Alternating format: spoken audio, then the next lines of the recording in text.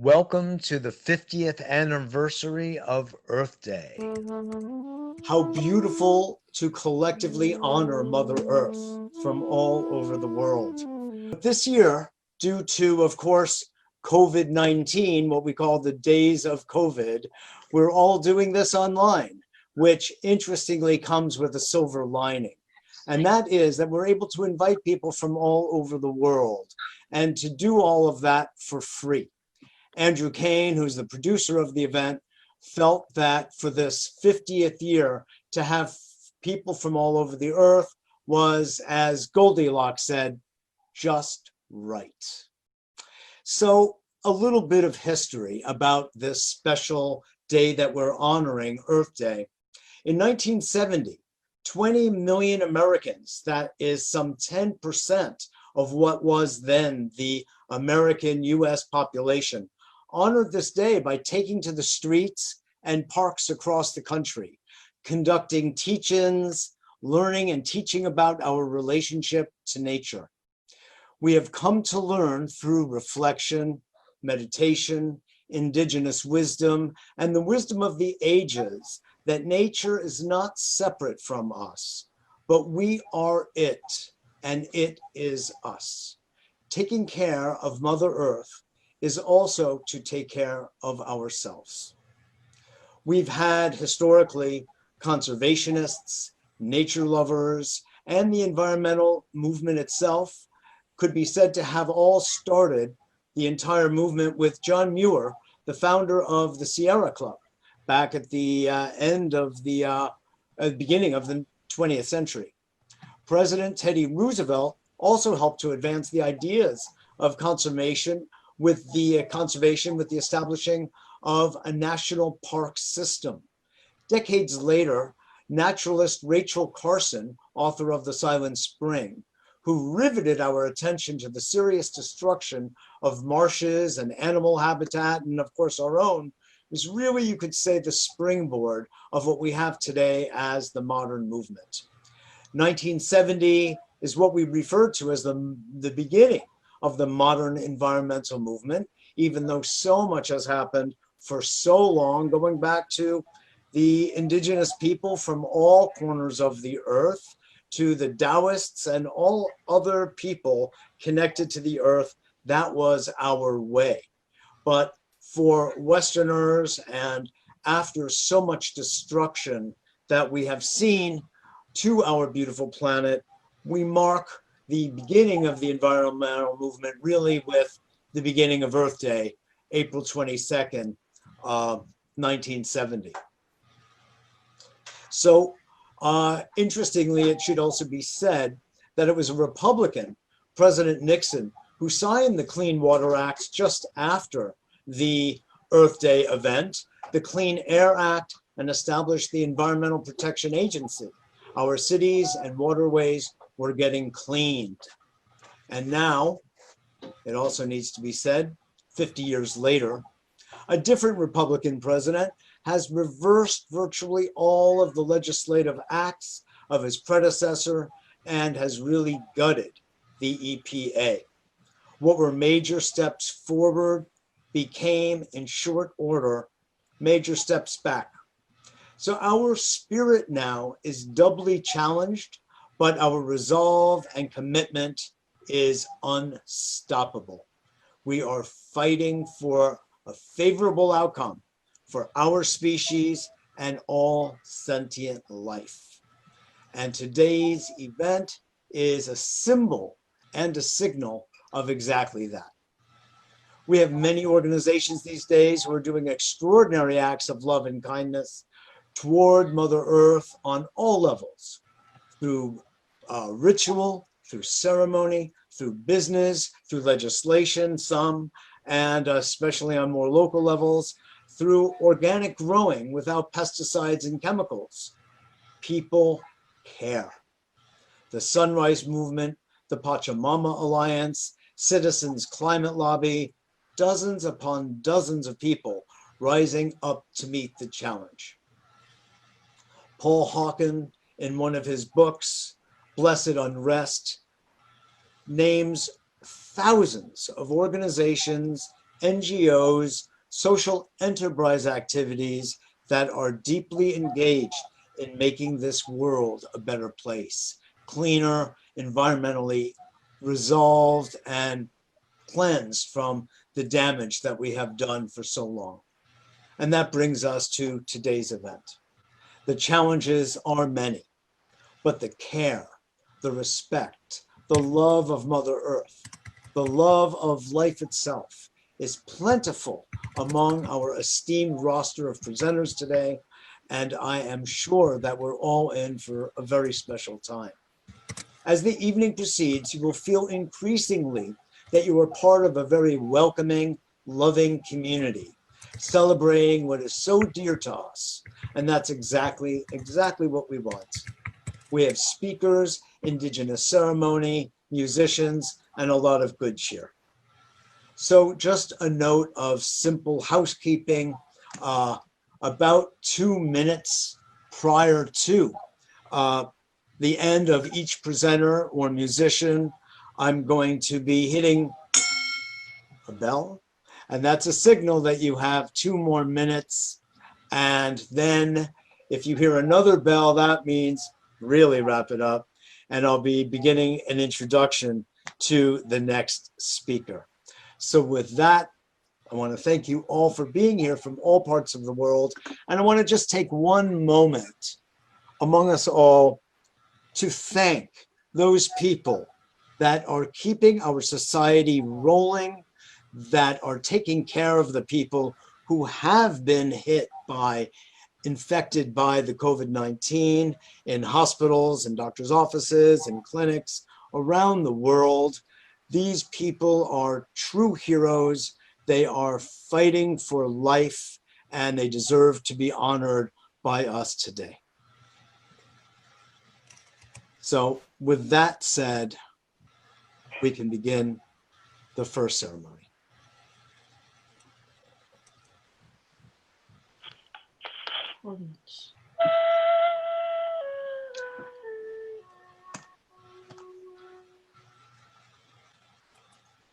Oh, Holy Father, Mother God, great universal I am presence, creator and giver of eternal love, we bow before thee. Accept our offerings this day and always. We, thy children, come before thy grace as one voice, one heartbeat, one desire to offer our humble gratitude and prayers, lifting our hearts and consciousness to honor thee and our Holy Mother Earth, to honor the heavenly kingdom who assist us continuously, to honor the ascending human kingdom, animal kingdom, vegetable kingdom, and the mineral kingdom, to honor the precious elements of air, fire, water, and earth, the kingdom of nature and the nature spirits, all serving humanity continuously. We offer praise for thy service. O merciful God, grant us the opportunity to redeem ourselves.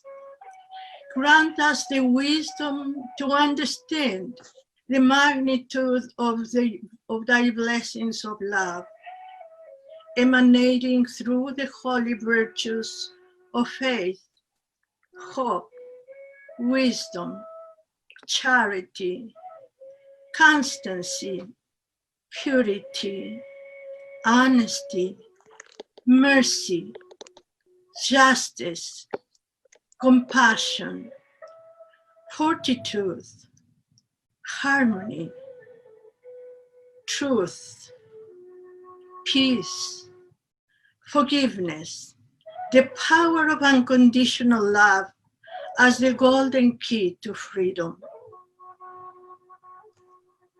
All these blessings are encoded in each and every one of us. Illumine us. Illumine us to discover and take ownership of these gifts by personal application, to free us from the hypnotic state of false illusions, of separation, false power of limitations of fear. O Father of eternal love, grant us the spiritual courage and the fortitude to overcome the challenges before us, the humility and reverence for the sanctity of all life. O Holy Spirit, assist us in our service to life, to be the comforting presence to all who are in distress, to comfort the souls before they make the transition, so they may quickly awake into the light and find their peace. We pray for the comfort and solace of all the loved ones. We pray for all who are in the front lines serving those in distress.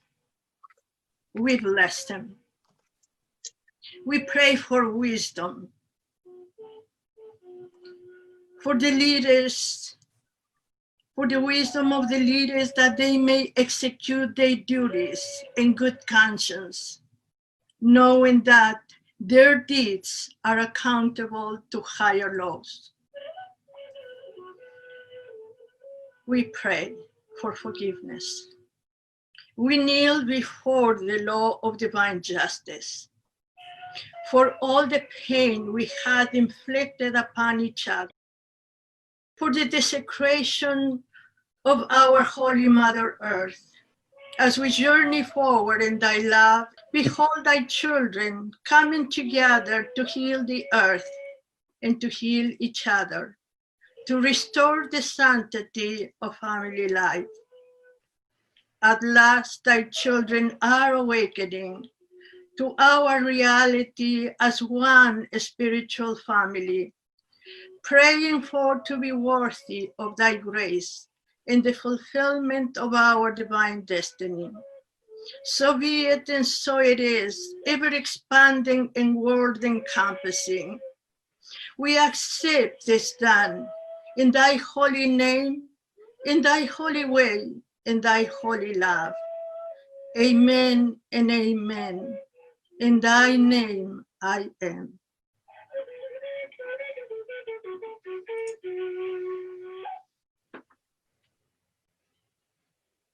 Thank you so much. Very beautiful, beautiful way to open us and our evening.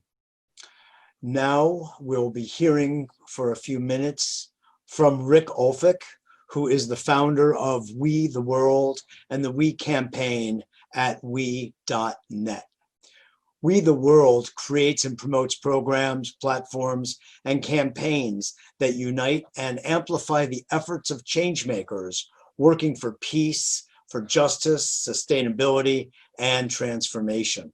Rick is the co-creator of the annual 11 Days of Global Unity, September 11th to 21st, the 11 Campaigns for Change, a platform for people and organizations worldwide with participants that have included Desmond Tutu, Jane Goodall, Deepak Chopra, Daniel Ellsberg, Marianne Williamson, Ralph Nader, Robert Thurman, and many, many others.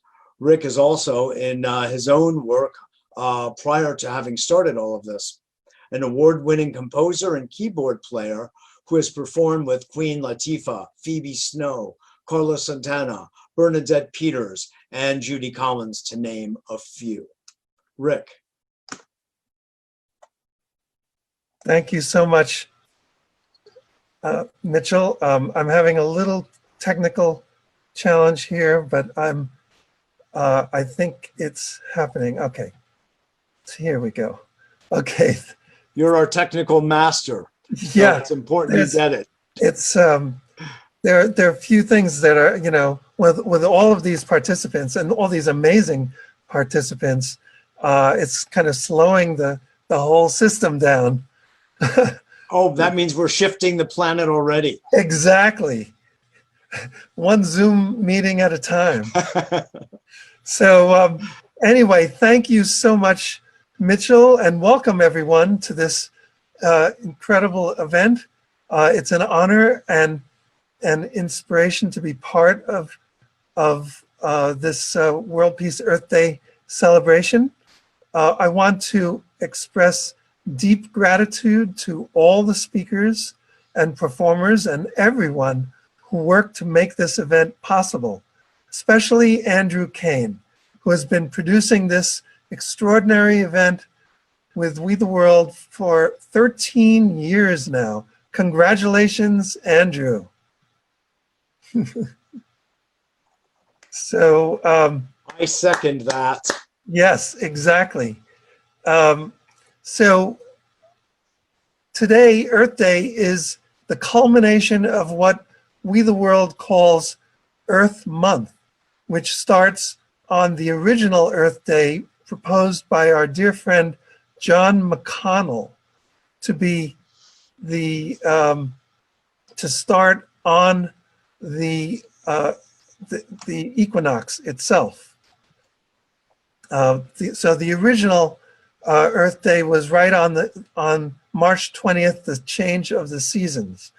And I want to give a shout out to Mary Carlin, Helen Garland, and others with the Earth Society Foundation who have been celebrating Equinox Earth Day all this time. Thank you.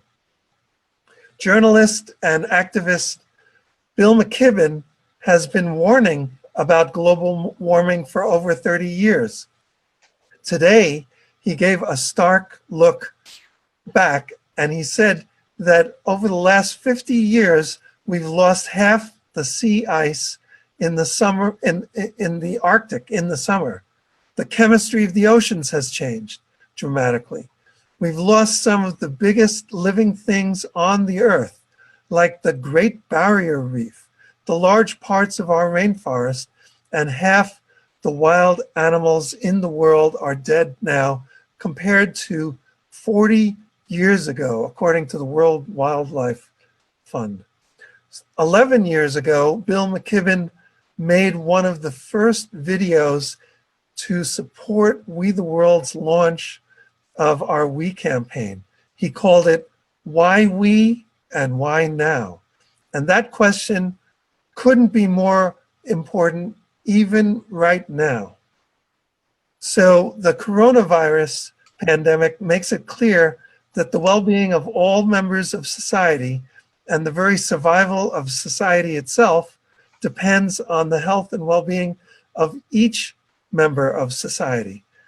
And that is the essence of we consciousness and a we-based society, which is what We the World and our We campaign at we.net are working toward. At this crisis moment, if we want a we-based society, then dividing Americans is not helpful when it is so important for us to come together to address COVID-19 as well as the climate crisis.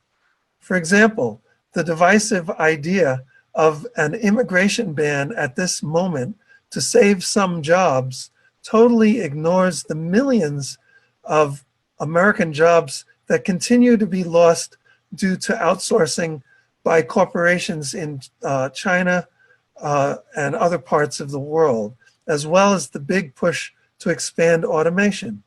Also, the divisive idea of opening up the American economy before we have enough testing in place to know exactly where the virus is means that many more people beyond the heroic essential workers will have to risk exposing themselves and their families to the virus by going back to work. So we have the opportunity to work together to end all of these divisive policies and create a true we-based society that prioritizes the common good. To help get there, on the 50th anniversary of Earth Day, let's listen to those who will inherit the Earth, our children. Our program, An Urgent Message from Your Children at weyourchildren.org, features children 12 years old and younger speaking in their own words to adults, expressing their fears, concerns, and their hopes for the future of the planet, making an appeal to all of us to respond with appropriate urgency. You can share their video messages and get involved by going to weyourchildren.org. We invite everyone listening to step up and be part of the movement to make a cultural shift from I to we, from me to we, so that the health and well-being of all is prioritized and no one is left behind. You can learn more and get involved by going to we.net. As Jonathan Granoff said, and we'll be hearing from him shortly, as Jonathan Granoff said when we launched the We campaign and we.net 11 years ago, he said, I hope we expand so much that there is no longer any them. Thank you so much. Beautiful. And welcome. Thank you so much, Rick Olfick. You've been a tremendous contributor to the world, We the World, and to our event this evening. So truly thank you. And we, by the way, is us, as I'm sure everyone put together. That's it. Thank you. Sure. Next, we have the founder and principal organizer of Planet Heart's annual World Peace and Earth Day celebration, which began in 2007 in New York City, Andrew Kaen. He is one of the coordinators for the 2004 launch of We the World's 11 Days of Global Unity, and has been involved with spiritual and peace events and organizations for over 20 years. He is Ambassador for Peace, who is a vibrational sound channel, healer, and poet with sacred sounds and spiritual songs about peace and oneness. Welcome, Andrew. Thank you so much. Welcome everyone who is tuning in from around the world. We thank you for choosing to be with us in these uncertain times. This is the first time that we're doing our event fully online, which many others are likely doing as well. For 12 years, we've been doing a live event in New York City. The past few years, we streamed it live globally. Today, we bring you Earth Day from the comforts of our homes. The purpose of why I do these events is to be bringing people together in community, helping us to realize and remember that we are all one, and we need to work together collectively to co-create for a better world and humanity. Let us also remember to honor the animal and plant kingdoms for Earth Day, and we must be conscious of nature, that without our environment, such as our beloved trees, we would not be here tonight. To me, every day is Earth Day, but let's take April 22nd, 2020, the 50th anniversary of Earth Day, and connect our hearts to the beat of the planet and all sentient beings. And let's heal our hearts. We have all gone through a lot in our lives lately, especially with this COVID-19, which has caused us to go inside. Create your life and don't let anyone stop you. Find your passion and live it. Be alive like there was no other day like today. I'd like to share with you a line from one of my poems. Be at the heart of your own creation. Be at the heart of your own creation. And on that tone, together we can make a difference. And now it is time to celebrate our planet and heal our heart. Thank you. Beautiful. Thank you, Andrew, and for all the work you've done to make this happen this year and in the past. God bless. Thank you.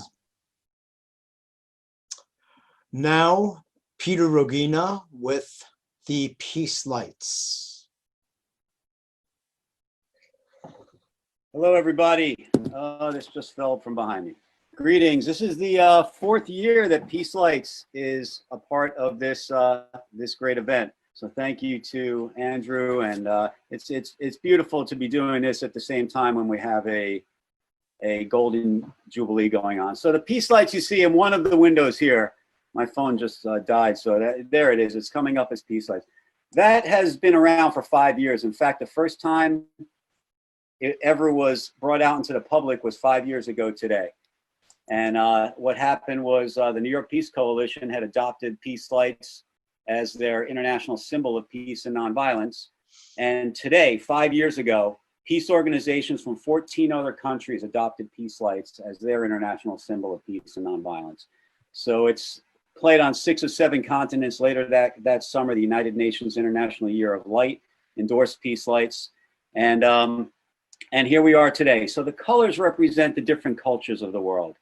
And the motion represents how those cultures interact and work together to achieve harmony and peace and good energy. And you'll see the word peace lights come up in 55 different languages throughout. And you'll also see the 30 human rights come up in both English and French.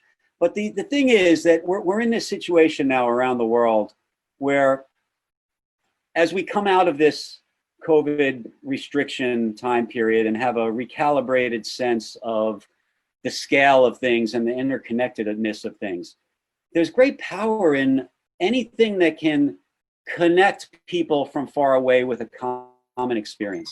So the notion of having peace lights play, for example, in congregations as religions start to come back, and have the message that people, wherever peace lights play, people are encouraged to project their own thoughts and intents for peace into the lights.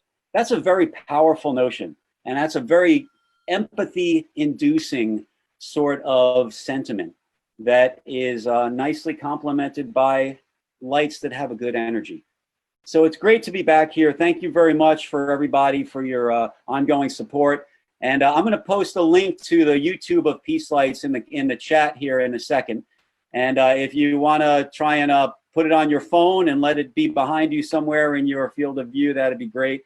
But you know, this is all new for us also. We're doing a bunch of these things. We just got 501c3 status for the Africa activity, and we have 4 interns. So you'll be hearing a lot more of Peace Lights and seeing a lot more Peace Lights coming forward in this coming year. So thank you much. Great to be here. Happy Earth Day, everybody. Thank you, Pete. So appreciate your commitment to peace and the interesting way you have of expressing it. Really creative. Thank you so much. And next, we have, going back to the energy of the Indigenous, which, as you can see, is suffusing our evening, as is so appropriate. And I have said to myself so many times that had we simply listened to the Indigenous voices from all over the world for the last century or two, we would not be in this position. But we haven't listened. But now, as a collective, I believe more and more people are. And that's empowering for everyone. And so it's with a real great honor to bring forth Daryl Neal and Bill Garrett. Daryl, also known as Two Feathers, was born in New York City and raised by his mother in Edenton, North Carolina. And he is of Southeast Cherokee and African Fulani descent. He received a BA in History and Political Science from Fayetteville State University, and he served in the U.S. Air Force. He worked at the U.S. Department of State Consular Affairs Division for 26 years. Two Feathers is the co-founder of the Cherokee Language and Cultural Circle between 1996 and 2000. He is currently retired. It's hard to see that by his incredibly continued diligent work. And he has been a volunteer working with the Harlem Climate Caucus under the direction of Bill Garrett. He will be doing and sharing his time with Bill Garrett, who is the chairman and founder of the Harlem Climate Caucus and has a long record of working to advance clean, sustainable energy and new space-age materials to correct climate issues. He has The Harlem Climate Caucus is a grassroots organization working for a safe planet and introducing technologies that can do that within a decade of being funded. So, Two Feathers and Bill, thank you.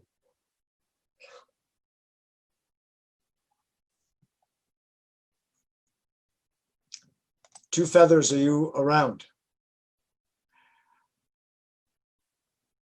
Dear audience, please bear with us. I'm here. I'm here. Can you hear me? Ah, you're here. That's your signal. You're on. Yes. Welcome everybody across the world and who's ever watching. My name is Two Feathers. I'm Cherokee from North Carolina descent. I just would like to say that we have a small window to save Mother Earth. Right now, she's hurting very much. You can see the way she's reacting to the demise of the air and the fresh water and just the planet itself. And I just want to remind people that this is the only planet we have. There is no other Earth. And if we don't take care of it, our future is going to look mighty grim. Back in 2018, I joined with Bill Garrett, who is head of the Harlem Climate Caucus, to try and start some energy programs to try and save the earth from its demise right now. And he's a great man, very smart, very dedicated to working with trying to reverse greenhouse gases. So at this moment, I thank you all.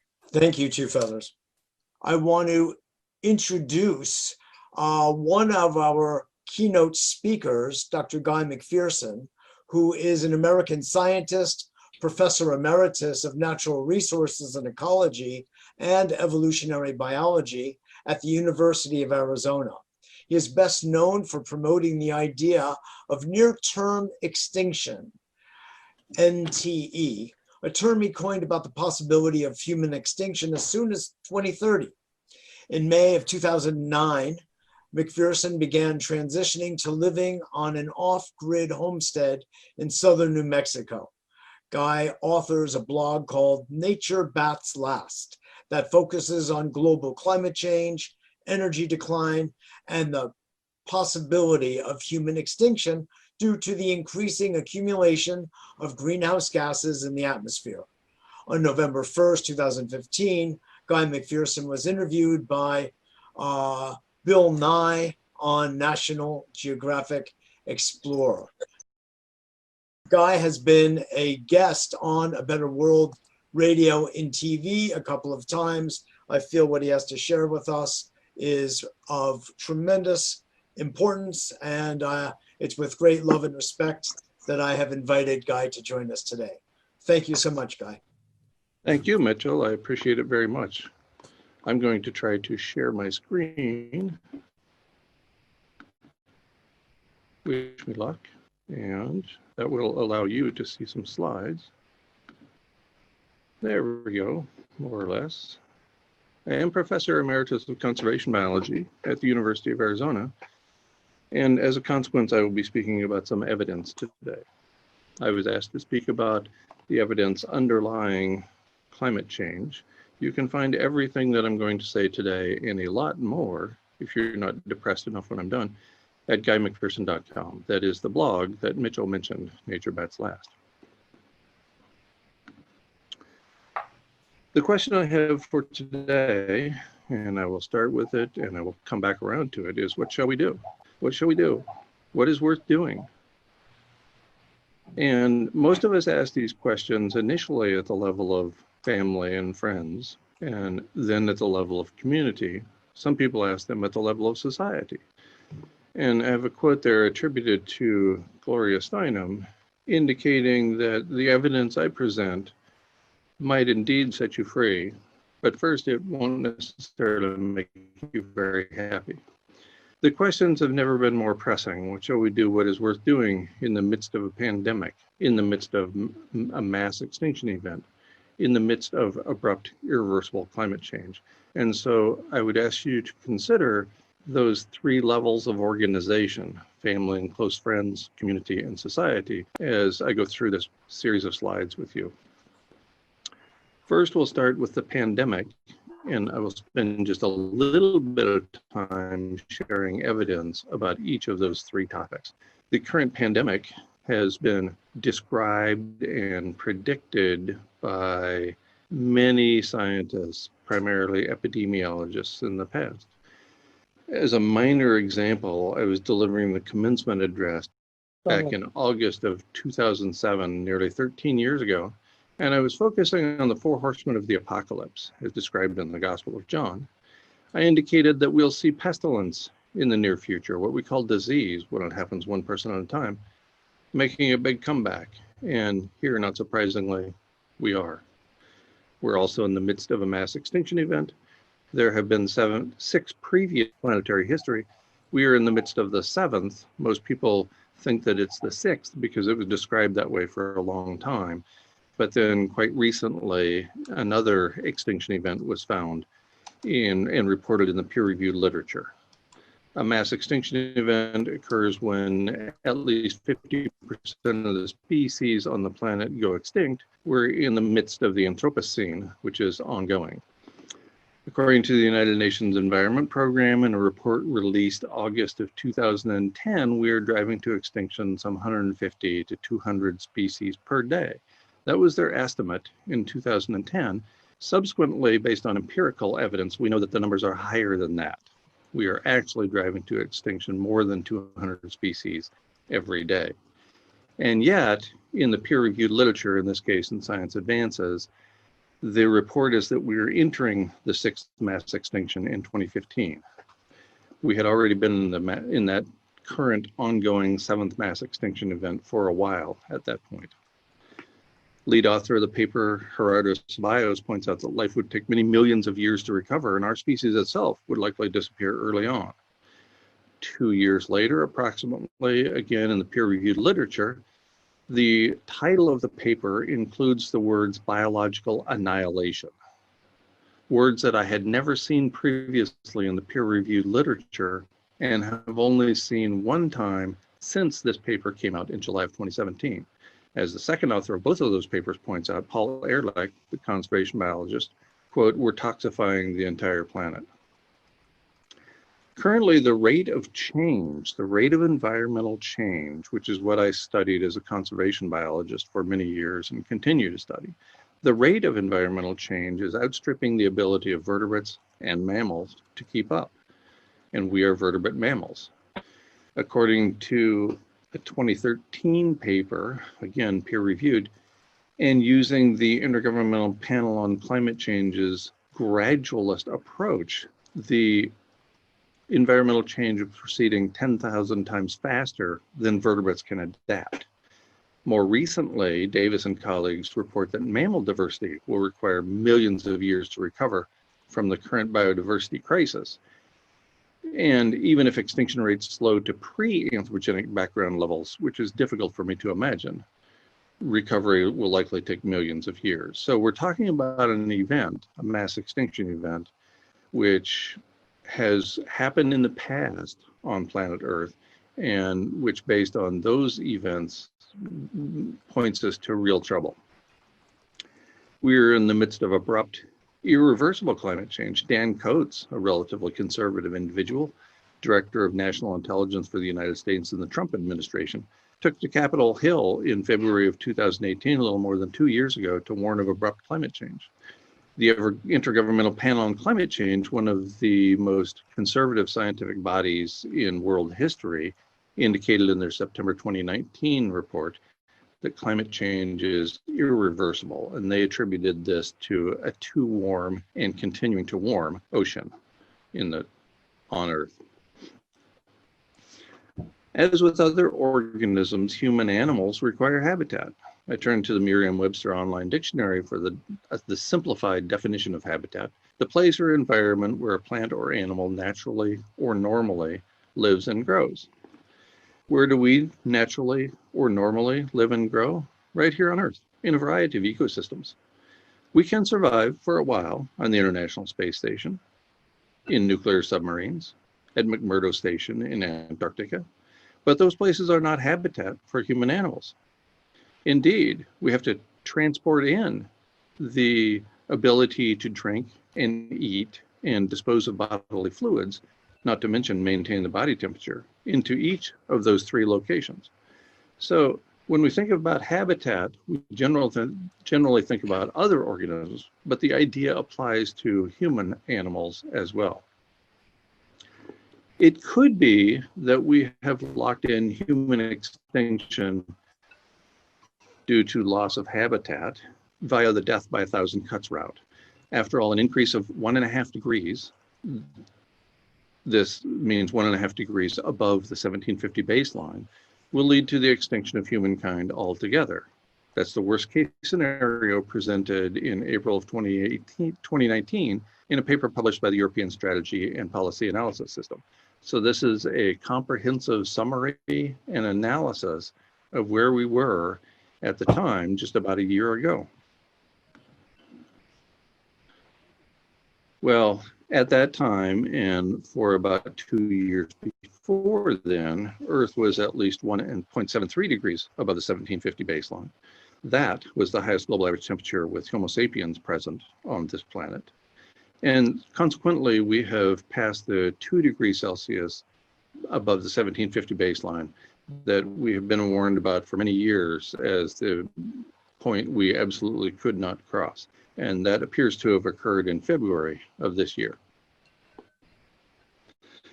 I'm going to talk very briefly about 2 potential sources of loss of habitat for human animals. There are several other means by which we could lose habitat as well. And I'm just going to talk about these 2, coined the McPherson paradox by Bill Eddy, a friend and supporter. We can either increase or rather continue industrial activity, which further heats the planet, and I'll describe how quickly shortly, or we can decrease industrial activity, which heats the planet even faster. Most people are not familiar with the latter concept, so I'll spend a few minutes talking about it.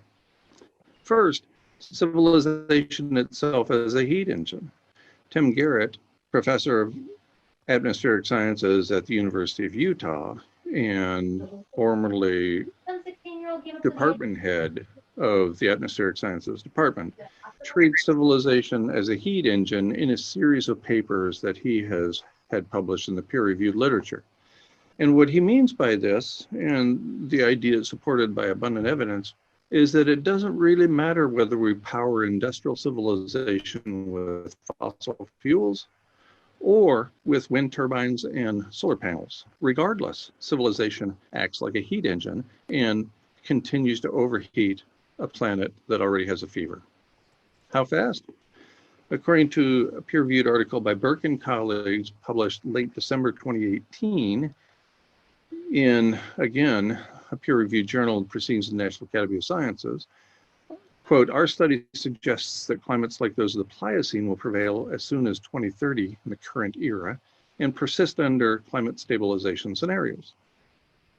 The Pliocene, the mid-Pliocene, is about 2 to 3 degrees Celsius warmer than we are today.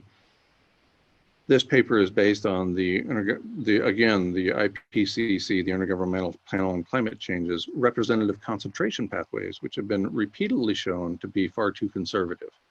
So it would surprise me if it took until 2030, maintaining industrial civilization. If it only takes that long to get to Pliocene style conditions, I would be very surprised.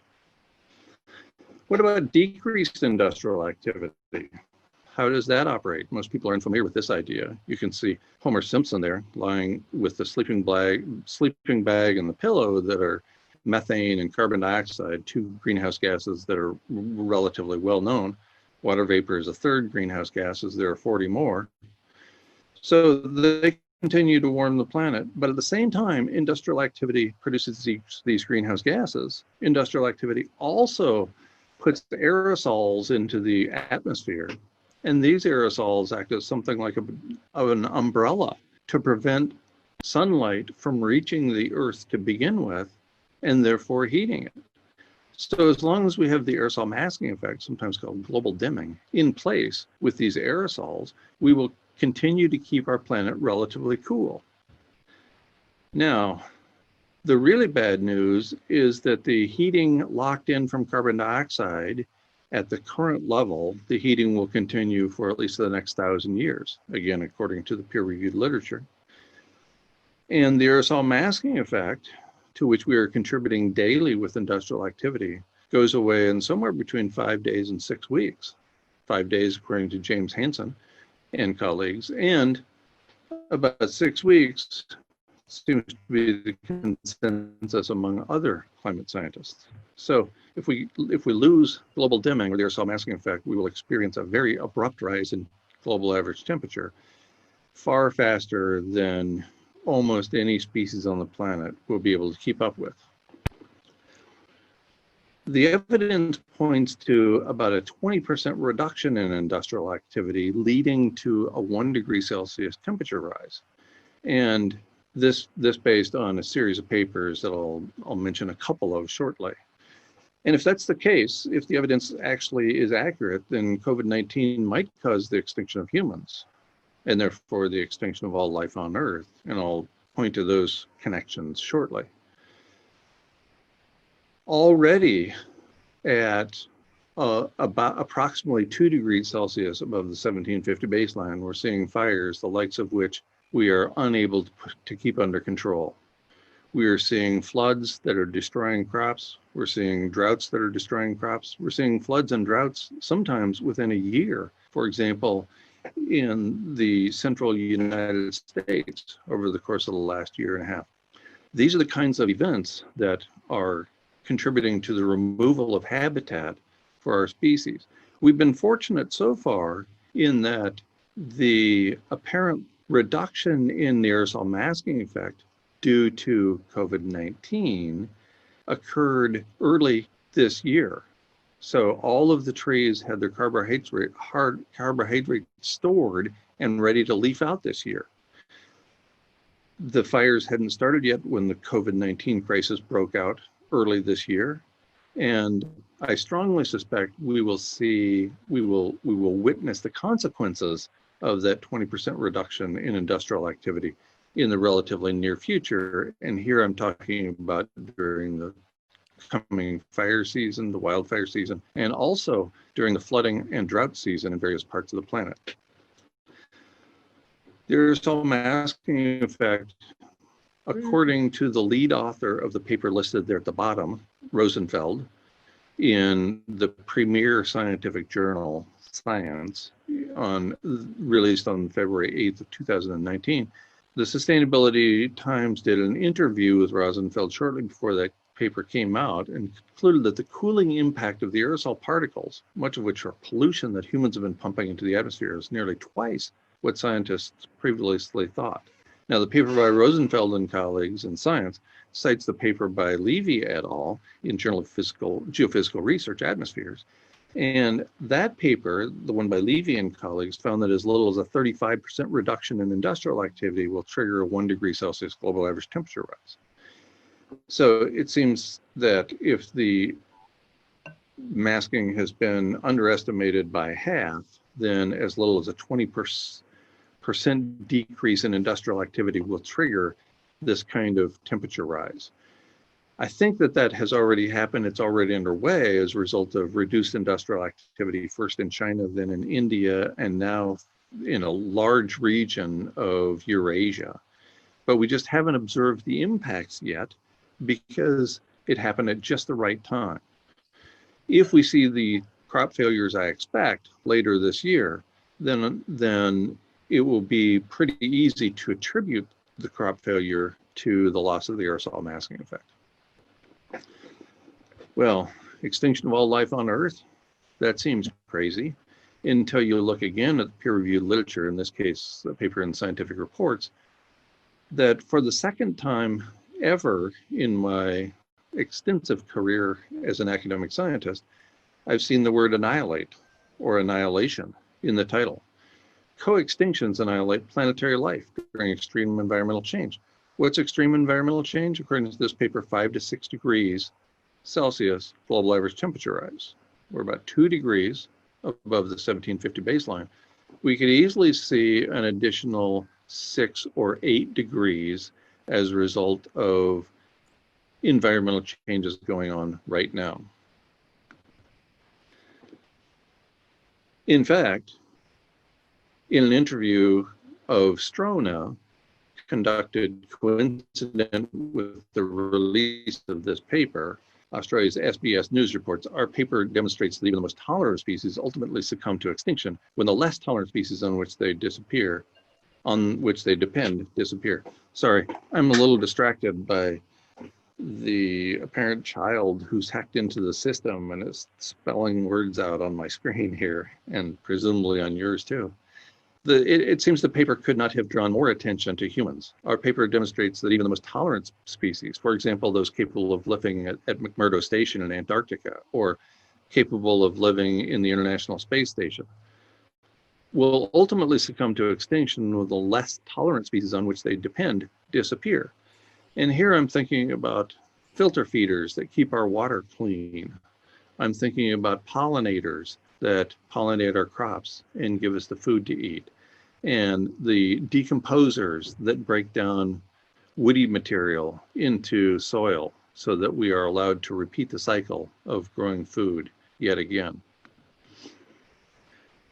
So I suspect that any one of three factors could lead to the extinction of all life on Earth: the ongoing rapid rate of climate change, therefore environmental change, loss of the aerosol masking effect, or even a reduction of the aerosol masking effect, which would accelerate that environmental change even faster, or the catastrophic uncontrolled meltdown of 450 and change nuclear power plants that dot the planet and would leave us bathing in ionizing radiation.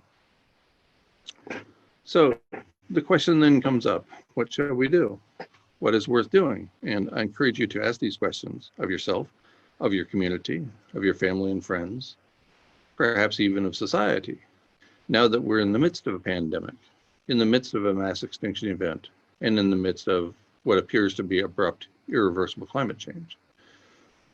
I have not, nor would I ever, propose inaction in response to the crisis we find ourselves in.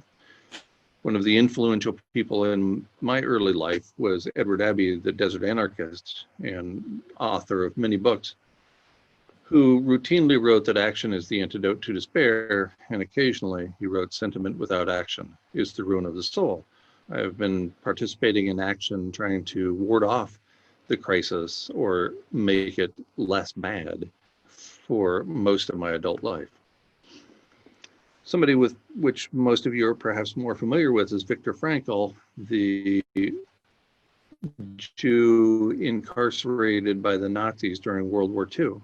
And in his 1946 book, Man's Search for Meaning, Viktor Frankl writes, "Between a stimulus and a response, there is a space." And I would argue that I'm providing the stimulus and the response is up to you. In that space between the stimulus and the response is the power to choose our response. In our response lies our growth and our freedom. The last of human freedoms is to choose one's attitude in any set of circumstances. And I would argue, in addition, that we have the ability to choose our actions in any set of circumstances. Now, Viktor Frankl faced some truly heinous times in concentration camps in Nazi Germany, and yet he saw people around him, including him, acting with great kindness, giving the last of their crumbs to somebody else who they deemed needed them more. If Viktor Frankl and his contemporaries in Nazi Germany could choose one's attitude in any set of circumstances as they feared death at any moment, then I suspect we are capable of doing the same. And I would encourage all of us to think about that. Taking that a step further, I see a lot of people acting like the gentleman in the panel on the left.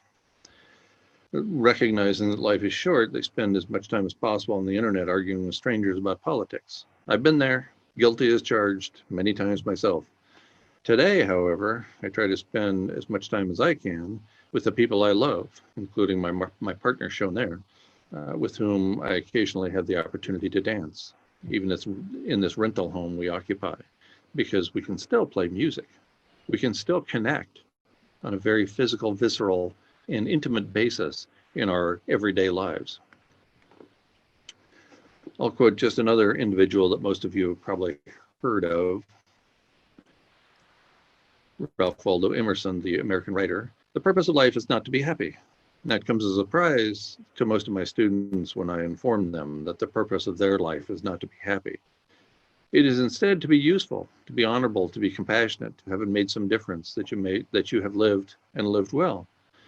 I have tried to pursue a useful life and will continue to do so in the classroom, submitting to interviews and delivering presentations, lately, of course, remotely, such as this one. That's my choice. That's how I have decided to pursue my life. And as it turns out, becoming useful has, for me, made me happy. I'm not happy about the message I'm delivering, but being useful allows me to experience joy in my life because I'm able to connect with people on a meaningful and joyful basis.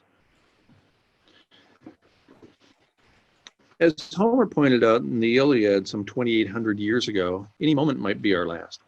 Everything is more beautiful because we are doomed. And Homer in the previous paragraph was describing why the gods envy us. The gods envy us exactly because any moment might be our last. The gods don't have that privilege. The gods have to persist forever. They never need to stop to smell the flowers. The flowers will be there forever if you're the gods. You will never be lovelier than you are now. We will never be here again. Let's take advantage of this time. I have for many years proposed the idea of planetary hospice, and this can take place at several different levels as well. At the level of individuals, family, friends, everyone around you is a beloved elderly mother, and treat those people accordingly. At the societal level, there are many things we can do, and I've described many of them at GuyMcPherson.com at Nature Bats Last. And I would encourage you, after we're done here, and I realize I've run out of time, to spend time investigating the kinds of things we can do as we enter a period of planetary hospice for a dying planet in light of abrupt, irreversible climate change and a pandemic and a mass extinction event.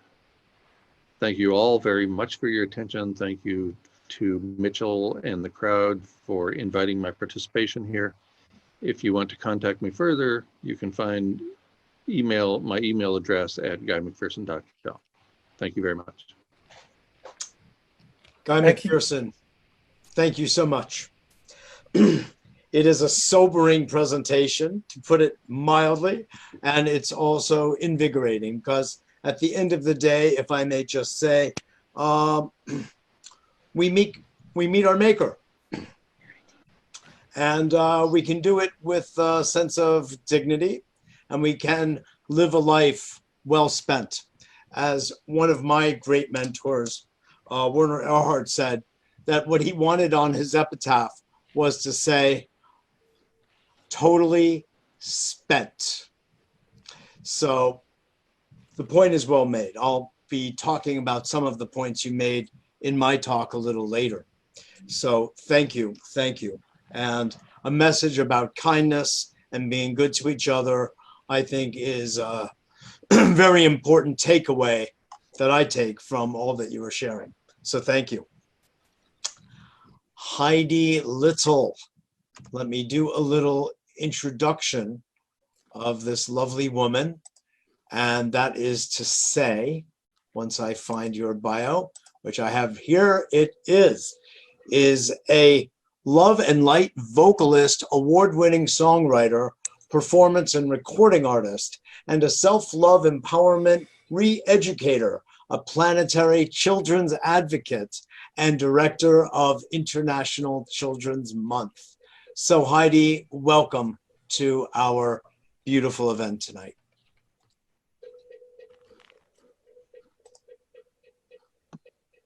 Oh, thank you so much. Yes, absolutely sobering presentation.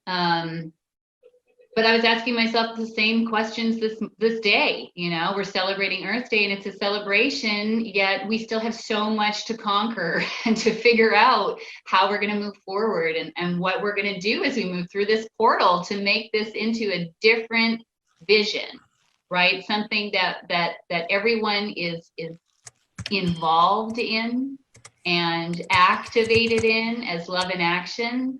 So I'd like to just ask everyone to connect to their heart for a second and just imagine a seed of light in your heart that glows and grows. And as we breathe in the love and we breathe out the love, that light grows and it fills us. And as we connect to our earth and connect to our spirit, we find inside of ourselves the well to draw from to move forward as love in action and become the change that we must become. And it's up to all of us. It can't just be a handful of people or a few people.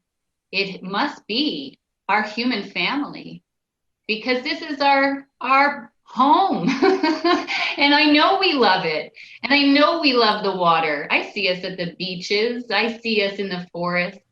I see us, you know, together as love in action. And I know far too many beautiful people who are committed to co-creating something that works for everyone. So thank you on behalf of all of the children and youth on the planet for anything that you will choose to do from here on out differently, and who you will choose to gather with in your communities, in your homes, and online. And thank you to We the World for having a consciousness moving from I to we. And thank you to Andrew Kaen for putting together all these beautiful people with Planet Heart. I mean, what better way to express it, right, than Planet Heart? There it is, right? Our hearts are connected to the heart of Mother Earth, and our spirits are connected to the omnipresent source of life that births all things. And that's my viewpoint. You can approve of it or go on your merry way. But regardless, let's make sure we keep the water and the air clean so we can continue to agree to disagree. And on that note, I'm going to play the message from Mother Earth, and it's called One. And in 2009, I was laying in the grass, completely distraught about the directions we were headed. We had worked really hard to get single stream recycling into Austin, Texas. We had finally overcome that. My days picking up trash with my little 2-year-old daughter along the streets ended. And we started to actually be able to collect them and put them in bins. And I asked the earth, open, what do you need the people to hear? And this is what she said. So she said, been distracted by foolishness and doubt, beauty to breathe, depletion of non-renewable resource, time to testify this dream is real. One heart, one world, one song, one new day has dawned. Time to testify this life is real. The chance has been taken. No more room to weep. Solution. One heart, one world, one song, one dream, one life, one. And now, there's more. Hang tight.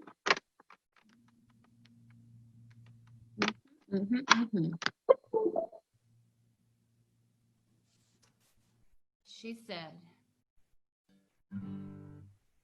sing it from the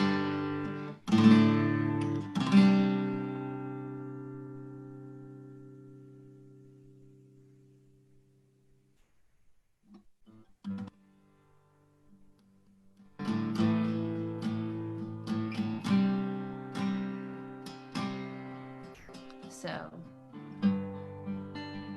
been distracted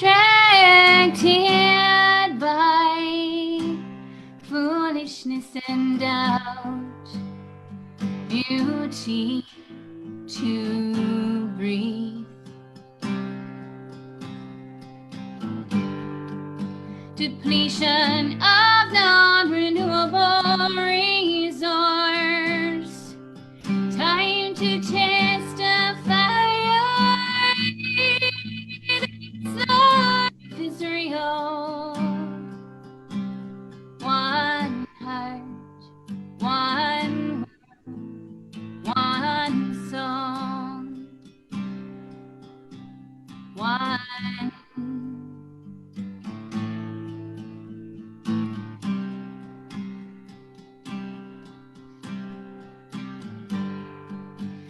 New day has dawned, time to testify this life is real. The chance has been taken, no more room to weep. Solution, one heart, one world, one song, one dream, one life, one. Sing it from the mountain, sing it from the shore, sing it from wherever you find yourself living for. Sing it for your freedom, sing it for your friends, sing it from the place inside of you that never ends. Sing it for our children, sing it for the love, sing it from the place inside of you that's rising up.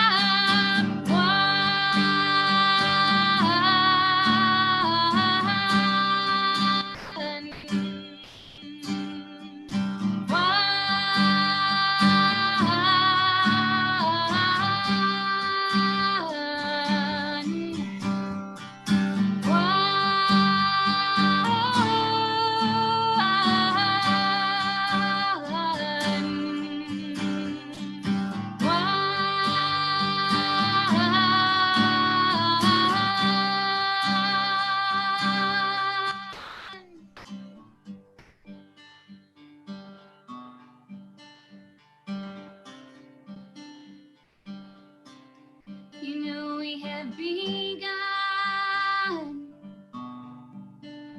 living life as one. I see you rising.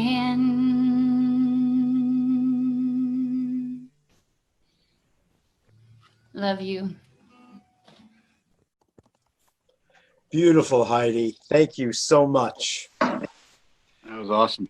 Ah, yes. Oh, yes. So it's so nice to have a little music in between our talks and our presenters, bringing us to another level of our hearts and our humanity. And that's what you just did, Heidi. So thank you. Thank you. So now we are going to move into Actually, it's going to be slightly different than what we've been doing of just a speaker. I'm going to introduce my colleague and dear friend, Elly Lessin. We know each other through the Pachamama Alliance and the Drawdown World, which we'll be speaking about a little bit. In this case, I'm going to do a little bit of an interview of Elly, and that way we'll get to handle the next few interesting points of what many of us are doing relative to reversing the irreversible, of challenging any paradigm that suggests that we cannot accomplish our goals, as challenging as they may be. So on that note, I'm going to introduce Elly. I somehow see Catherine Davis there for the moment, but I'm here. Ah, there's my dear Elly. Okay. So, Rick, I don't know if you'll be able to split screen or anything, but let me just say a few words about Elly. She is a seasoned professional executive producer of a large-scale global and national events. While currently semi-retired at this point, her last event in the wake of the Me Too movement and the Up to Us movement was the commemoration of International Women's Day for the United Nations in the UN's iconic General Assembly Hall.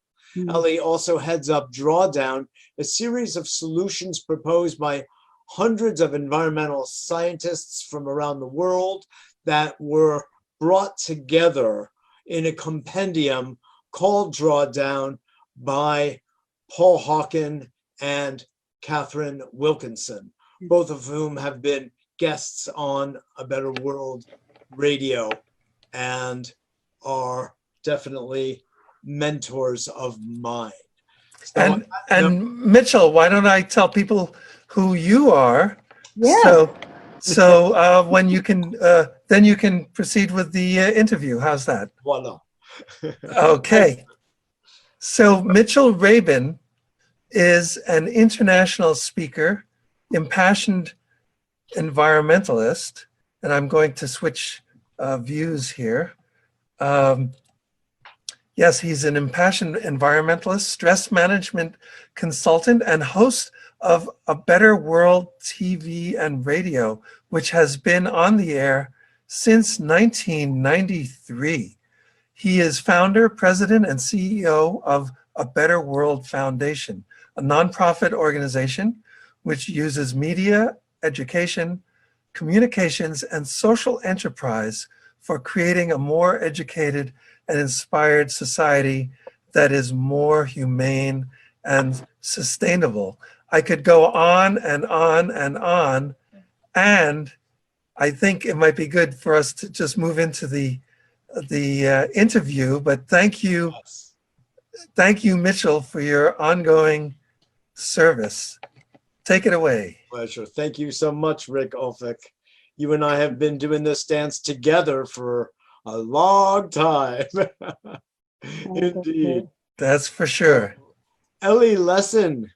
Yes. So lovely to have you as part of our Earth Day celebration. I am honored, Mitchell. I am honored. I'm so glad. So are we. So Elly, you know, you have a distinguished career. You and I have spent the last few years involved in the Pachamama Alliance activity, which just uplifts our soul and educates our mind and gets us into action. And as part of that, we have also been engaged in the wonderful work that has come forward in the form of Drawdown. In fact, I'd love to show this to everybody if, Rick, you're able to get this, because the title of the book is provocative. Can everyone see that? Yes, we can see it. Can't see it all, I'll tell you. Drawdown, the most comprehensive plan ever proposed to reverse global warming. That's right, folks, reverse. And Elly, you and I are completely committed to that outcome. Absolutely. And I wish that you would educate our audience, thinking like a TV host, educate our people about what that means. What does drawdown mean and what does it consist of? Well, thank you so much. First of all, I'd like to say, Guy, I really enjoyed your presentation. And I want you to know I got transported back, although I'm sure we're a similar age, but I got transported back to my own father, who was head of creating programs for people at the California Institute of Science and Industry way back when in Los Angeles. And I always used to have, my dad used to say to me, unless I can see it, touch it, feel it, measure it, it doesn't exist. And I would always say, there's another part that we haven't gotten yet, but it's all powerful. You know? Anyhow, I loved talking to you, Guy. I hope at some point I can chat with you longer. But drawdown. Okay. What about your father? No, just I thought what he was saying was so provocative. We could talk about it. No, I'm kidding. And I just came. I love talking with Guy. And I It's just such came. an education. I just came on at the very last minute, so I wasn't able to get most of it. Okay, so drawdown, the definition of drawdown from Project Drawdown or Paul Hawken is that moment in the future when greenhouse gases in the atmosphere begin to decline on a year-to-year basis and get us back down to the reasonable levels of greenhouse gases before catastrophic climate change events can happen. That is the whole goal of drawdown. That is what drawdown is about. And drawdown, shall I go into a little bit of history about it? Yes, Richard? please do. Okay. So first of all, do you think that everyone knows? Should I say a little bit about Paul Hawken, or do you think people know who he is? Well, sure. A brief picturing. A brief picture. So Paul Hawken is, he's just a committed environmentalist. He has written 8 books on the topic. He is a entrepreneur, having created Irwan Trading Company and Smith Hawken and another a solar company whose name I am forgetting. But I think the most important thing, if you have a pen or pencil and a piece of paper, write down something that I think really tells you who he is, and it's one of the most extraordinary things.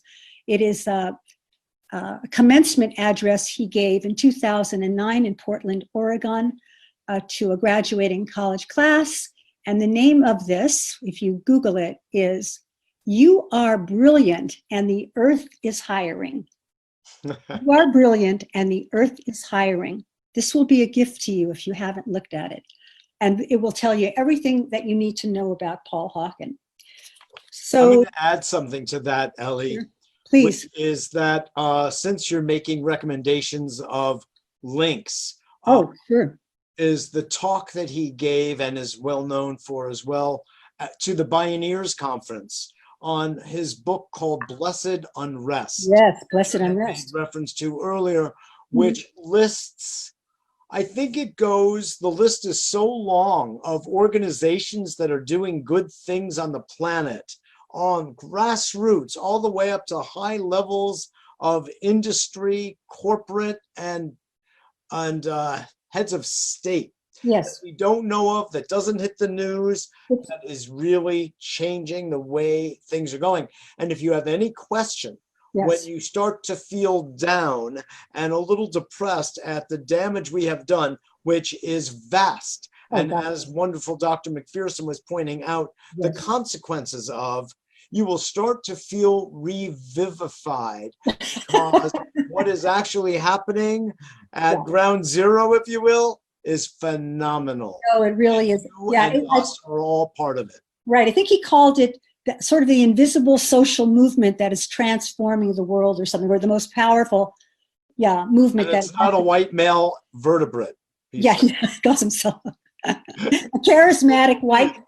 The times that are changing will be very soon when it's not a charismatic white male vertebrate like himself who will be in power. Exactly. That's what he's advocating. Can you lay out for us some of the kind of some of the fundamentals of this idea called Project Drawdown. So okay, so a little bit of history, because Paul Hawken, I just want to say at a moment like this, I think all of us want to know, what should I do? God, tell me, what can I do? Because if God would tell us, I think we would all, every single person on this call, we would do it. And I think it was at a moment like this in Paul Hawken's own life that Drawdown was created. He had been, like most of us, deeply disturbed and knowing in a deep part of himself for decades that something was very wrong with our relationship with the earth, that we were destroying it, that we had a destructive, extractive economy that was a death economy, really. And so he asked his friends, and since he was in the movement, he knew a lot of them, including IPCC writers, the Intergovernmental Panel people, the scientists. He started to ask them, has anyone done a study on whether or not we can reverse our situation? Because science had done an extraordinary job of telling us all of the horrible things that were going to happen. Very accurate science. Even what Guy was talking about, accurate, truthful. But no one, it seemed, had done a study to find out if we could actually reverse it. And all the scientists said, what a good idea, but no one's ever done it, and no one did do it. And then at some point, he went to the Iceland, in Greenland, the ice sheet there, and he saw the scientists drilling down into the core and bringing up those ice samples that actually proved that we human beings had never lived on this planet on anything above 300 parts per million of greenhouse gases. And at that time, when he observed that, we were already over 400. And if you added in greenhouse gas equivalents like methane, nitrous oxide, and so on, we were well above that. He became agitated. And then Bill McKibben's book, article in 2012, The Terrifying Math of Climate, the Rolling Stone article came out. At that moment, Hawken had an epiphany. He realized that he was going to take this on. Give us a couple of the fundamental ideas regarding solutions Sure. that are embedded in Project Drawdown. The one thing I want to say, and why this book became a New York Times bestseller, okay, was because at the end of their multi-year research, when they pushed the button to find out whether it was doom and gloom or game over with regard to climate, the science came back that yes, we could reverse global warming. That doesn't mean we bring back species that go extinct, but yes, we could reverse it with already existing solutions. So the point is that they identified 100 solutions and listed them at the level of which they did not emit greenhouse gases into the atmosphere, or if they brought them down and kept them sequestered. Those solutions were published in this book, although pristine in science.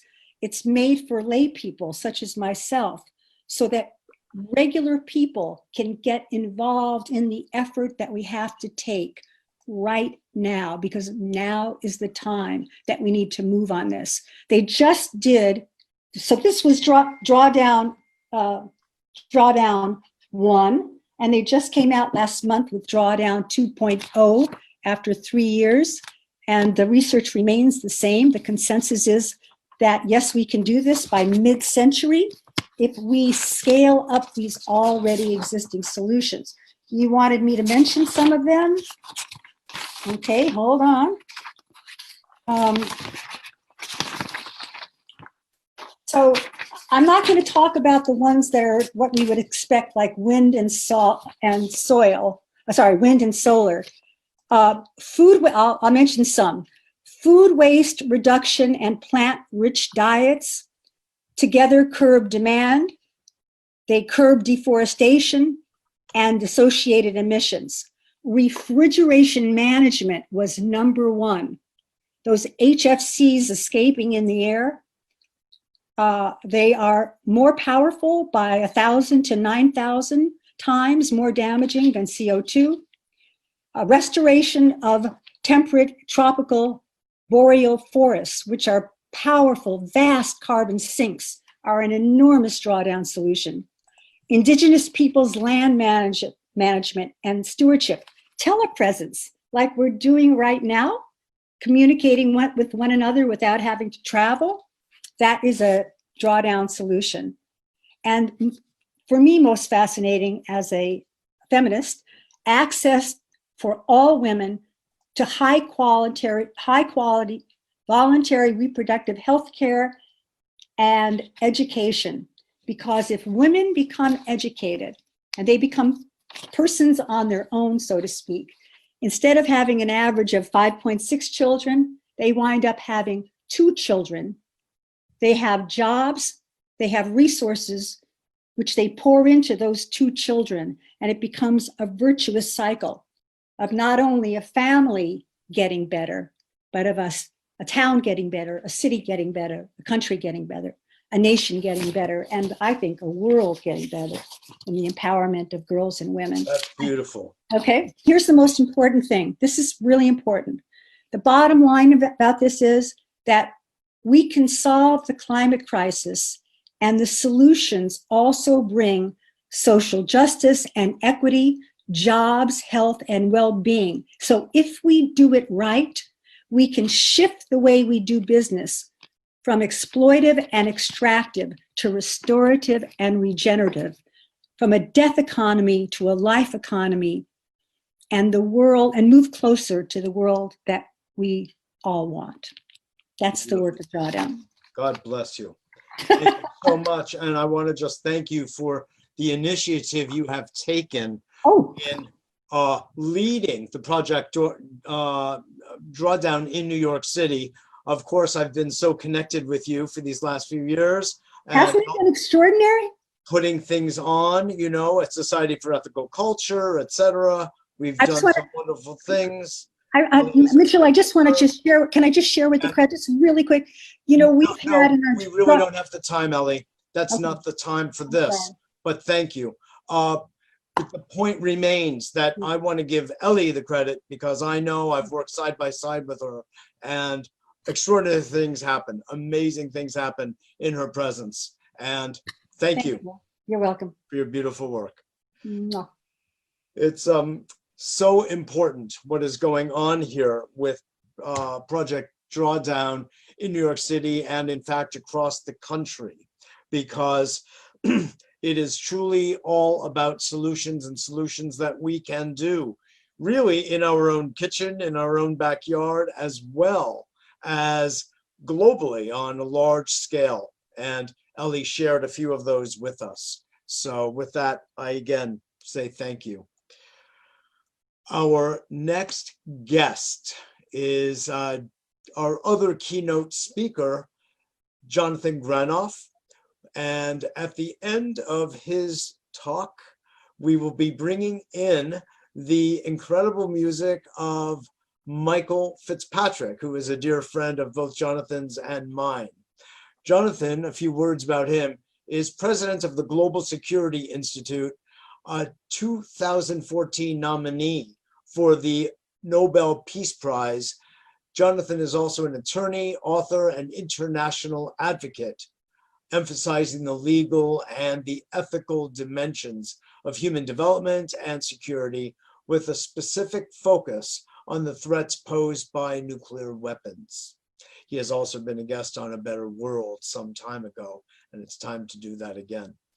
Michael Fitzpatrick is an internationally renowned cellist for his music called Tuning the Planet, and he has been hailed by the New York Times as possessing, quote, virtuosity and an ear for musical dialogue, and by NPR as an interpreter of the muse. Michael Fitzpatrick has performed as a soloist around the world, including at the Rock and Roll Hall of Fame, Hollywood Bowl, the UN, the the Vatican, the West Lawn next to the West Wing, and with the Jerusalem Symphony Orchestra. One of Michael's crowning achievements was the music he made and subsequent CD in a cave in Kentucky with Tibetan monks, chanting in honor of His Holiness the Dalai Lama's friendship with Thomas Merton. And the name of the CD is called Compassion. So, Jonathan Granoff, welcome to our Global Earth Day event. Thank you. So good to see you. Is this a good sound? Are we clear? Is it all? It's a very good sound and you look fantastic. Good. Thank you. What can I say? Thank you. Thank God.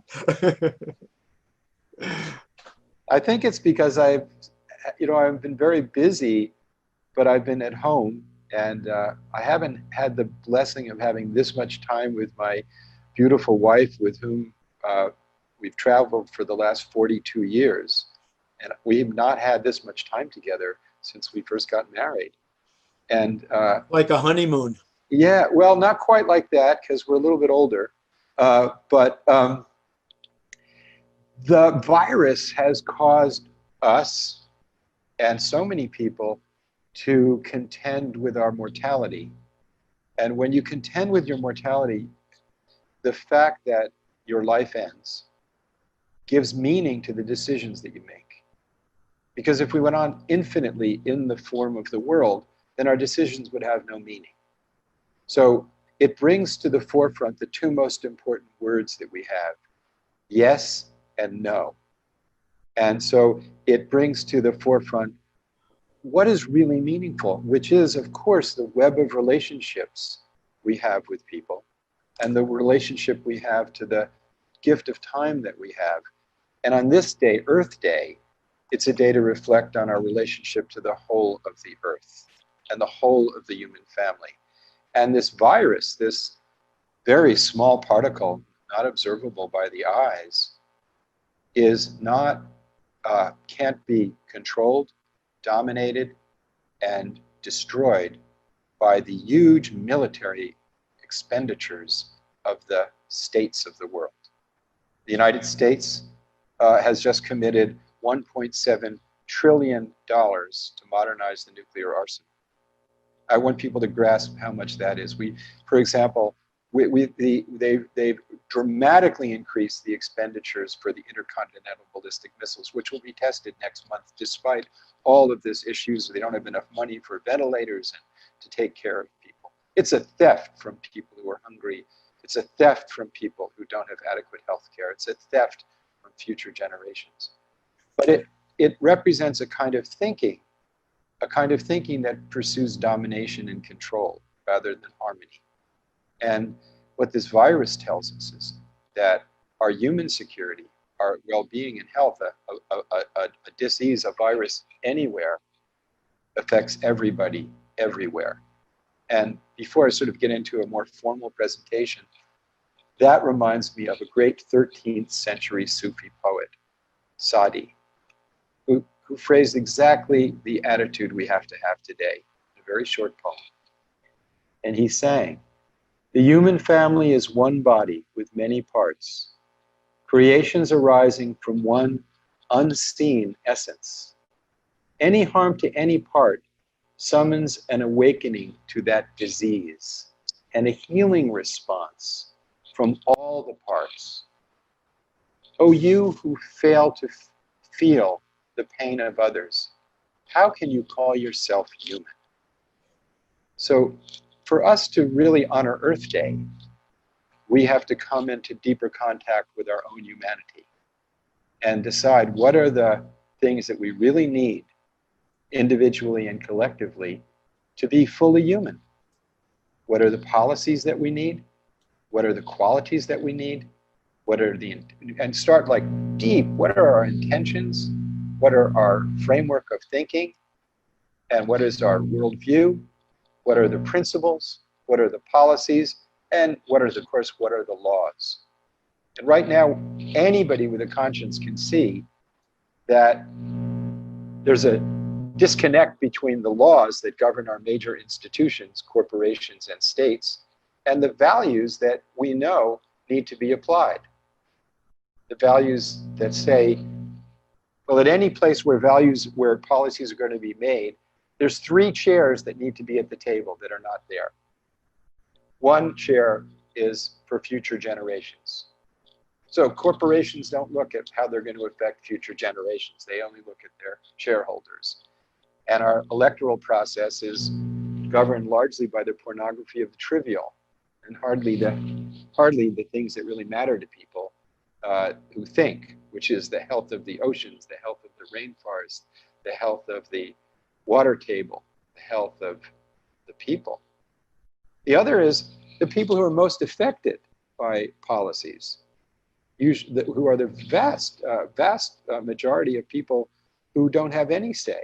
You know, we hear so much about Wall Street and Main Street, but what about the several billion people with no street? They're the ones who really suffer from climate change right now, far more even than the pandemic, the systemic crushing poverty, where no matter how hard you work, your condition doesn't change. And this is, we now, for the first time in human history, have the ability to eliminate this condition. A mere pittance of the military budgets of the world, 10, 15% would eliminate world poverty, and we could do everything with the climate. We could have regenerative agriculture. We could have fast trains. We could get off of fossil fuel. I mean, the technical solutions are there. The problem is we don't have the political will, and the laws privilege conduct that's incommensurate with the nature of reality, the nature of the natural world. The natural world is not infinite, but we pursue economic development as if it were infinite.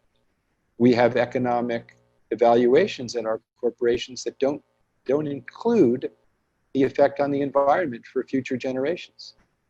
It simply includes it. So the passes on the environmental harm outside of the bookkeeping. It's called an externality. And the third party that I think needs to be at the table is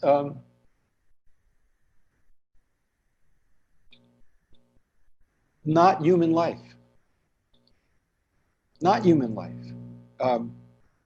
We make policies as if we're somehow separated from the web of life, as if human beings are not part of the whole of the generosity of creation, and that we have a right to treat other lives as mere property, resources, things we can eat and or discard. And so, like, I think of it this, so we're destroying species because of this disconnect between our values and our laws and policies. We're destroying species at minimally 1,000 times the evolutionary base rate. And many scientists say it's up to 10,000 times. So I think of it this way. If somebody does the despicable and terrible thing of burning a Quran or a Bhagavad Gita or a Bible, it's a terribly disrespectful, and it's just a really insensitive, wrongful thing. It's not illegal at least in many countries, in progressive countries, but it's wrong. But because we have the printing press, you can reprint a Bible, you can reprint a Quran, you can reprint a Bhagavad Gita. But when we destroy another species, a wondrous creation beyond the capacity of human beings to make, when we destroy another species or an ecosystem, it's truly, the way I look at it, is it's as if we're ripping a page out of a holy scripture. Because the natural world is the direct creation of the Creator. It's the direct book that tells us where we are and how we need to behave.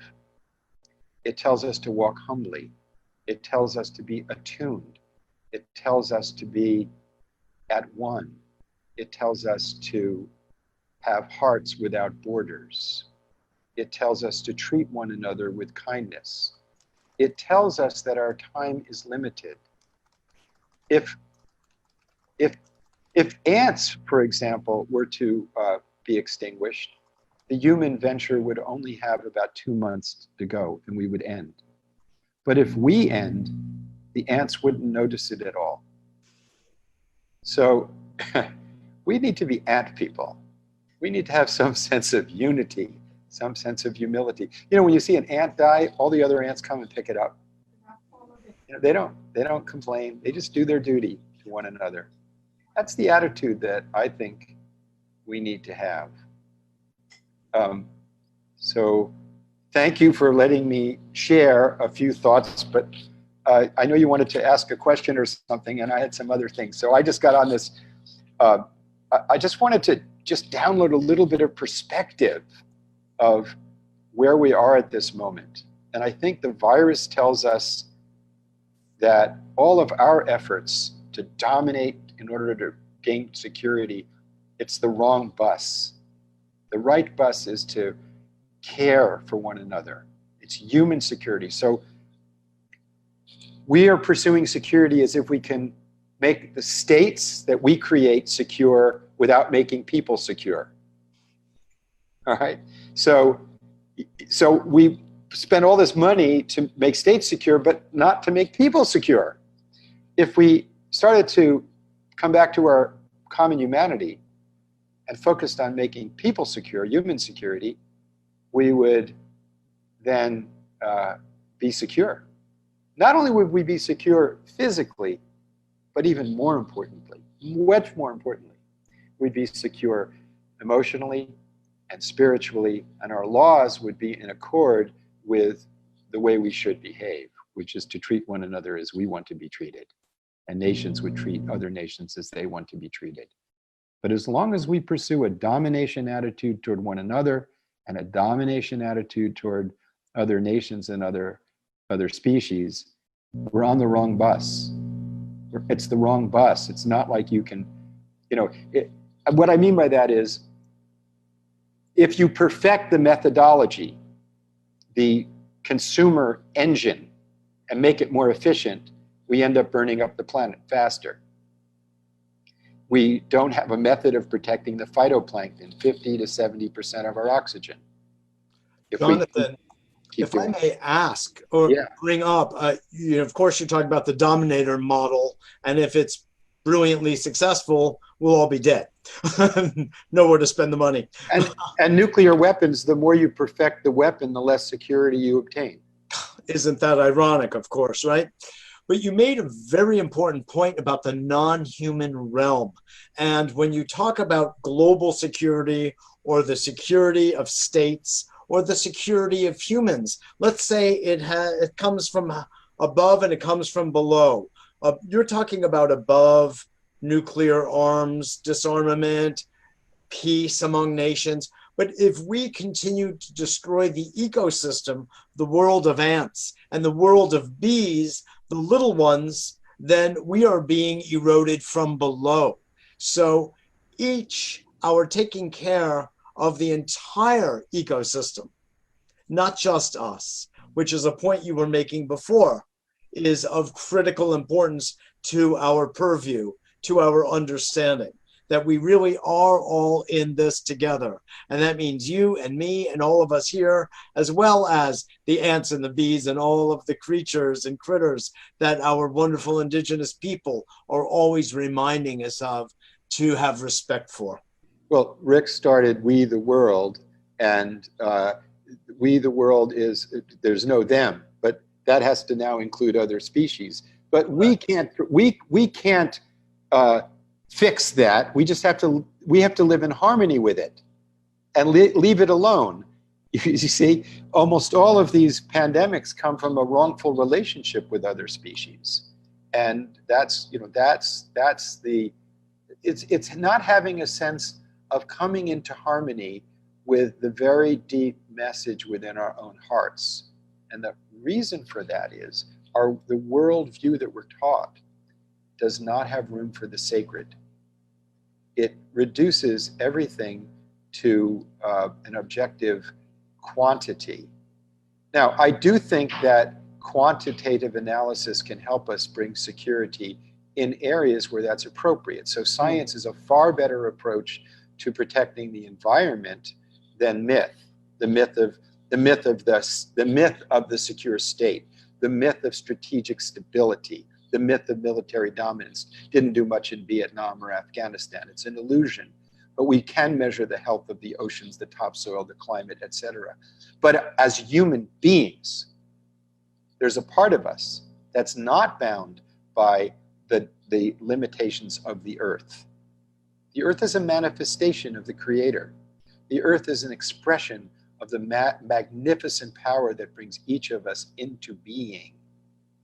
We are human beings. We're brought into this journey from a source mysterious and wonderful beyond our imagining. We are gifted with this gift of breath and life by that source. When we forget that, we forget our humanity. When we remember that, and if our hearts are hearts without borders, if we come into this moment with gratitude and with grace, then we're gifted with wisdom. And wisdom is that capacity to understand source, to see the values of love and compassion, and to bring it into skillful action, and more importantly, to be connected to that source. And that source, as all of the great wise have said, is one. So I think maybe we could bring some music in. Indeed. In which all of us could remember that part of us that hears not with the ear, but hears with the ear of the heart, because it is with the open heart that our own humanity is gifted to us. So Michael, who plays music from that place, will help us go back to that place, and then we'll end with just a little bit of invocation to continue our work on Earth Day to honor that place.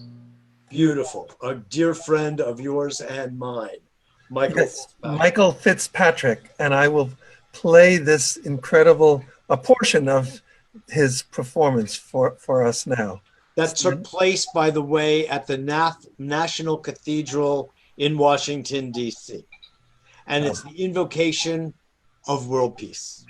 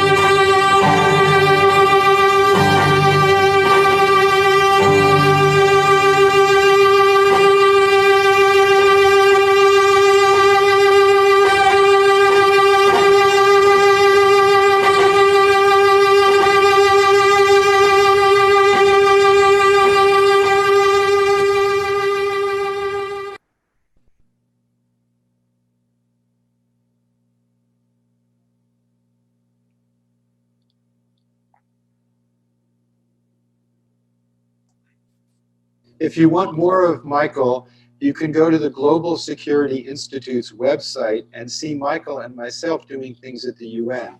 One under the Moral Compass, which we did with the Holy See, and the other on International Day of Nonviolence, October 2nd, 2015, where I read Gandhi, quotes from Gandhi, and gave some prayers, and he extemporaneously brought a room full of diplomats to a state of remembrance of our common humanity. And may all of us listening today come to realize clearly the gift of the earth, the form of our bodies.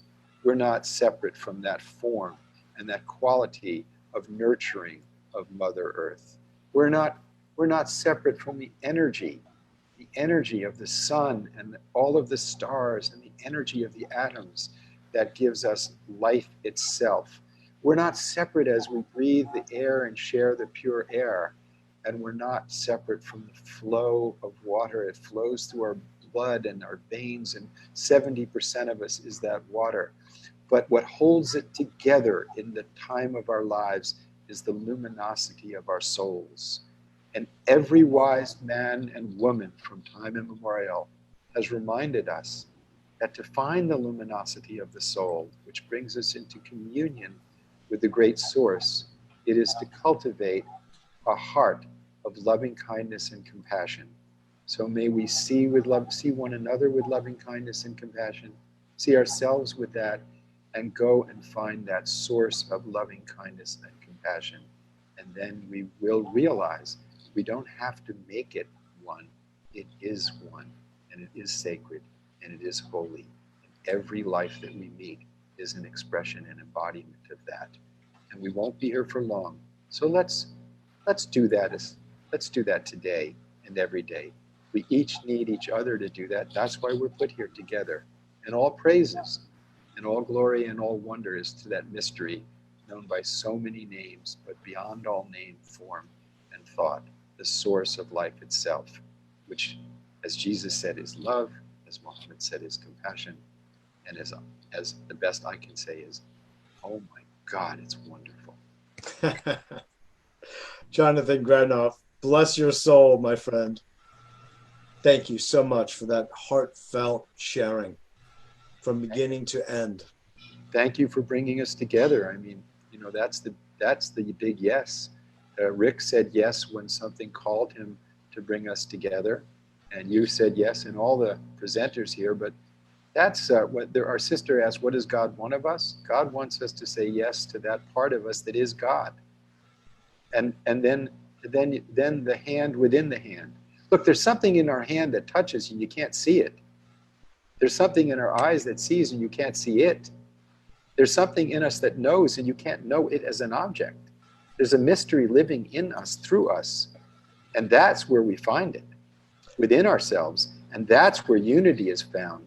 Indeed. If we go into that, we find the source of love and kindness and wisdom, and each person plays in the orchestra the instrument that they've been given. No one has a beautiful face like you, my brother, and no one has a face like mine. That's right. Each of us is a unique miracle. But for any wave to think that it's separate from the ocean, that would be an illusion. But the wave only knows that it is the ocean when it bows down. Exactly. And on that note, we have to wave on. So God bless. Thank you. You're a wonderful particle in that wave, I tell you. Thank you again, Jonathan Granoff. So we are going to be moving on in this wonderful celebration of life, of the divine, of even the troubles we've seen. We are enlivening ourselves by the duty, if you will, the dharma, the sense of purpose being revivified through recognizing the harm we've done, the destruction we've completed by now. At this point in 2020, it truly makes everyone weep. And I think that's very healthy. We need to weep. We need to be brought down to our knees, as so many of our speakers have been saying in their own ways. And from that, from the ashes, if you will, comes the phoenix. So on that note, I want to invite Envita, who is our next speaker and is actually going to lead us through a beautiful meditation as the next step in today's global event. And I just want to have a quick moment of shout out to all of the people across the planet that we know are tuning in today, which is fantastic. And a particular group of a friend of mine, a Sikh gentleman and scholar in Malaysia, who runs a foster home full of 90 to 100 children, who is looking to come on and watch us all tonight, and morning there, tonight with us, and be part of today's event. There are others from everywhere, and I just welcome everyone from whatever corner of the world you happen to inhabit. We're all here together. So on that note, Envita, I hope you're nearby. Let me just read a little bit to share with our audience a bit about you. Thank you. Envita Rose is an author, a soul plan activator, and a transpersonal healer. Through her transpersonal healing and spiritual teachings, she empowers her clients by showing them how to clear karmic blocks, stagnant energies in this life and perhaps in the past, as well as connecting them to their own soul spark, which opens up their own divine channel. Envita, all yours.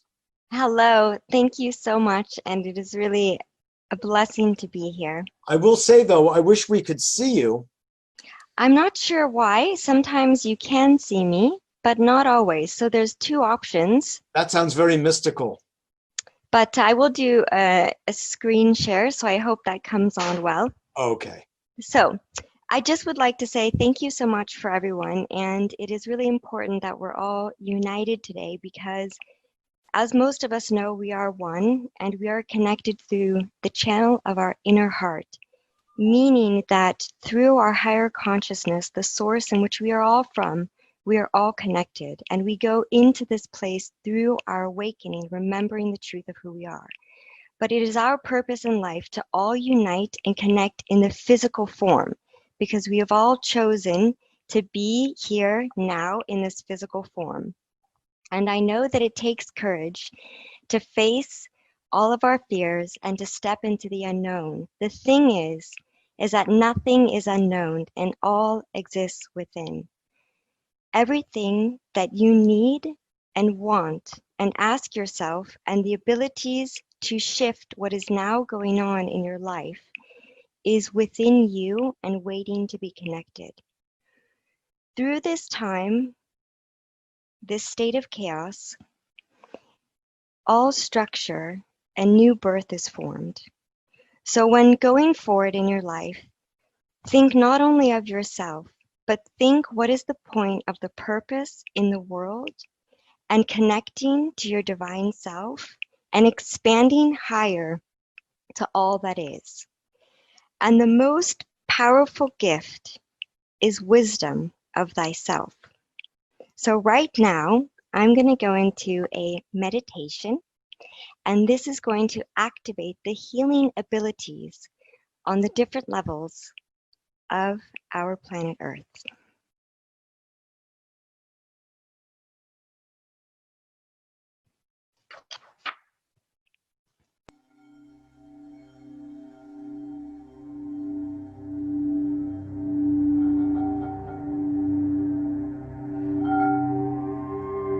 I hope you can see the peace lights, and I'm honored that we could use them in this meditation. I ask you just to take a moment and sit comfortably, breathing in, and as you breathe, connecting to life's force energy.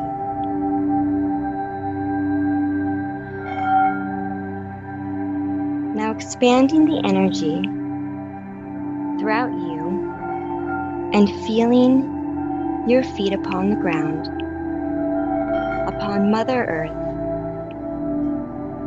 And now I'd like you to draw a golden line that connects you to the center of the heart in the earth.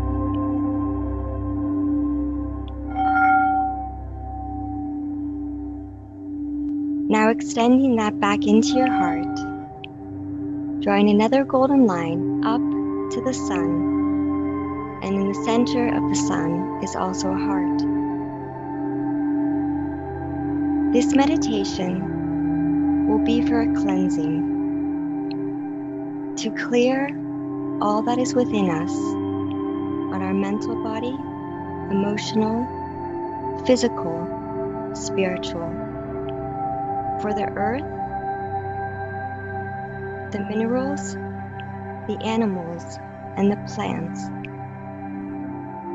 that have all been affected by actions, thoughts, words, and feelings which have caused a separation.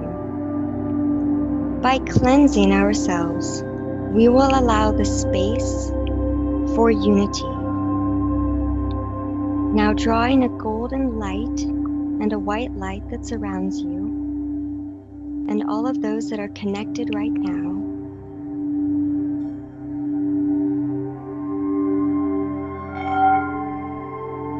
I would like you to imagine a jasmine flower, and we will begin first with yourself.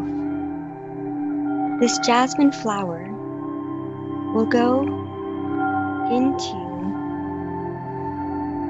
your belly button, which is the connection that you came here through your own mother. And I would like you to imagine the jasmine flower now moving in through your body, through your heart, gathering and collecting all debris that are in your mental, emotional, physical, and spiritual body. Imagining the jasmine flower coming out and outside in front of you through your third eye.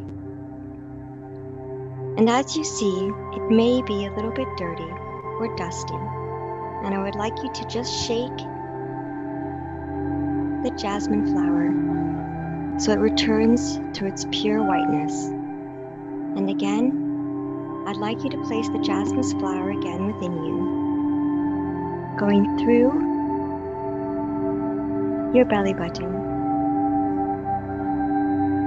cleansing inside of you, going into your heart, reaching the fifth heart chamber, clearing out all that is, which is causing the separation, so you may see the unity in all.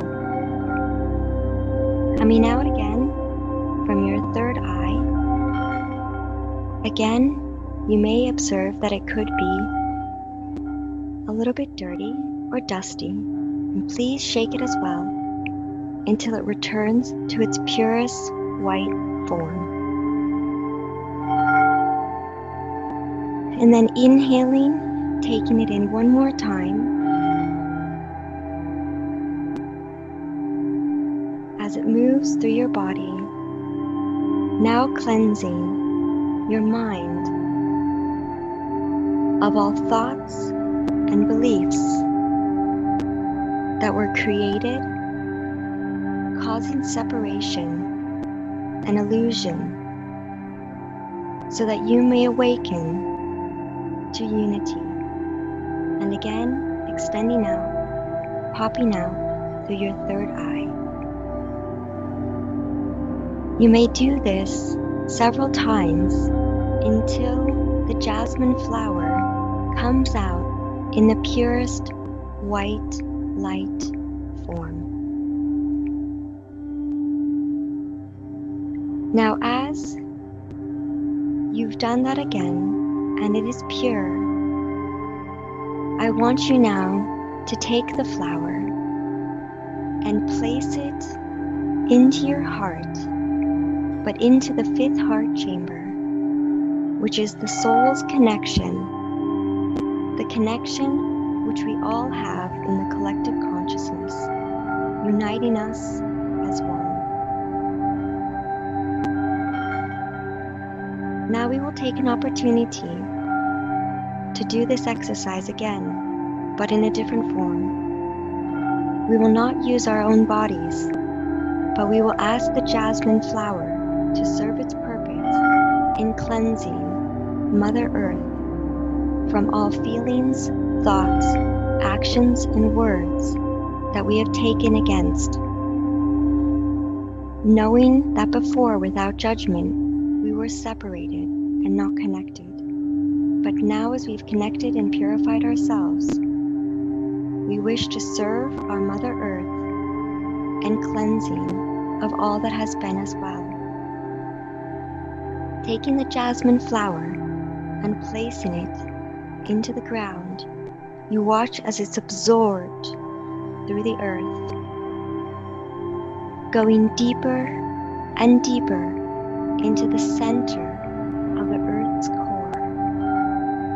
And there you will also find a heart.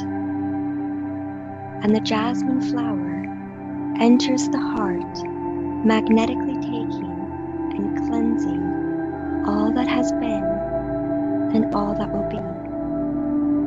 And then now returning towards the surface, upon its journey, also collecting all aspects.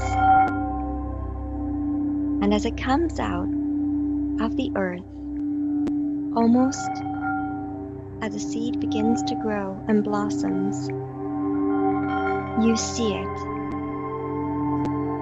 And should it have any dirt or dust, shake that as well and cleanse it. And when it is returned to its purest form, you may do this again if you have found that it was very dirty, or you can place it again into the earth, watching it as it ascends into the center of the earth, into its heart center. And there it will take place. Breathing in deeply, taking a moment to thank the earth for all that it has done, and understanding going forward that we serve her, and it is not the other way around, that we are awoken in understanding the unity and connection. Now we shall place the jasmine flower into the energies of all of the minerals that have also been affected by our actions, thoughts, words, and feelings, placing this into the center of the energy. And through all aspects, cleansing all that has been and all that will be. And as a jasmine flower extends out again in front of us, you may shake it off again and cleanse it if need be, returning and restoring to its purest white light form. And now thanking all of the minerals for everything that it has given us, understanding as well our purpose is to serve and not the other way around. And taking this jasmine flower in the purest form and putting it into the center of the energy where all of the minerals are connected. And again, we take the next jasmine flower and we place it into all of the animals, insects, and living beings in this earth. Also, to purify any actions, thoughts, words that we have used against all living beings that are in this world. As it goes through the embodiments of all parts of those that are living and those that are past, extending through their heart, also within their fifth heart chamber, extending out, and again cleansing the jasmine flower, should it be needed, returning it to its purest white light form. We now have an infinite amount of jasmine flowers, and these are all to be placed into the hearts of all of the animals, insects, and beings of this entire planet, thanking them for all that has been, and knowing that we serve them too, and the purpose is not for them to serve us.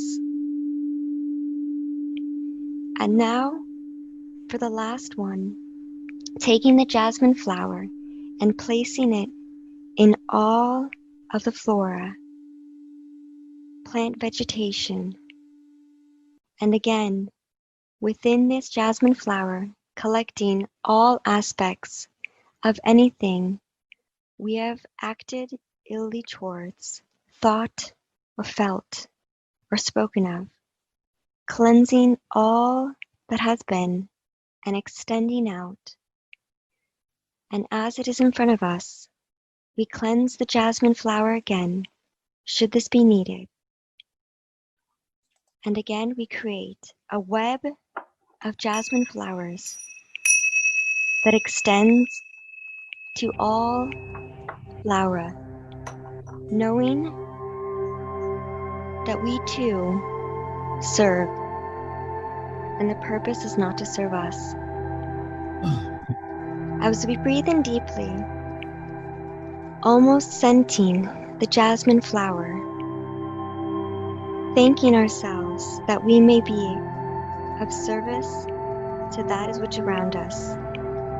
And the jasmine flower that is connected into your heart center is now the link to all that exists within this earth in which we are.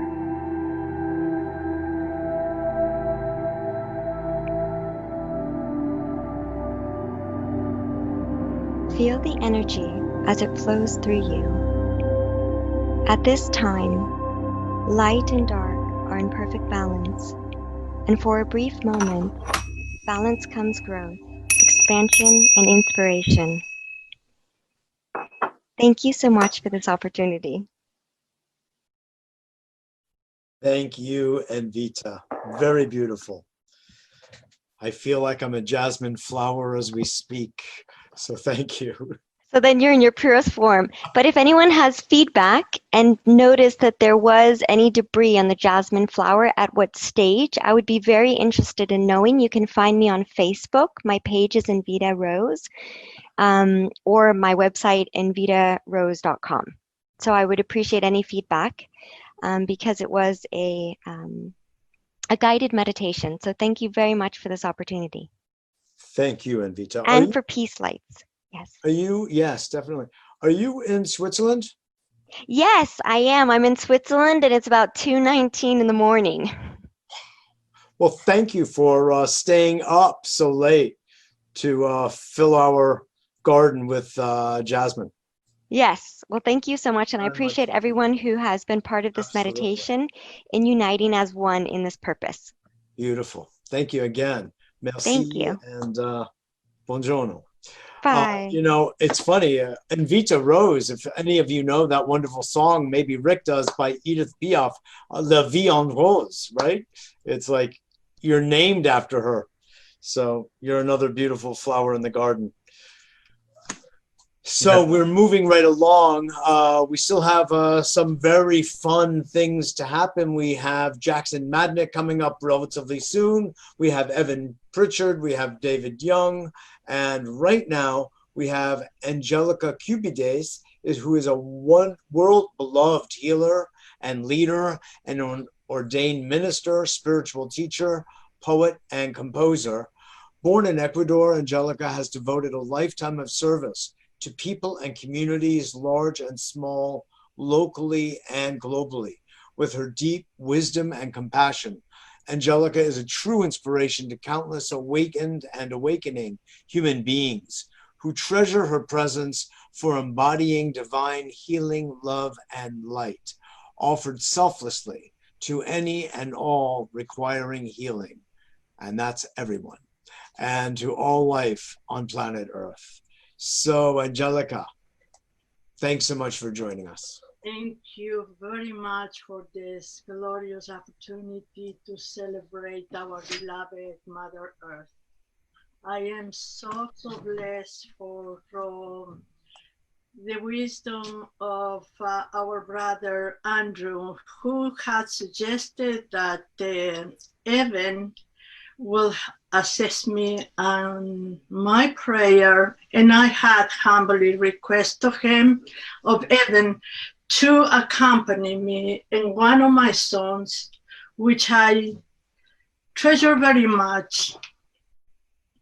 It is an honor to my roots, in honoring the roots of all the indigenous people around the world. And for this privilege, I had such a blessing with Evan Pritchard to accompany me on the song. Was born as a song, but I feel is a prayer, is a poem, and it is an invocation.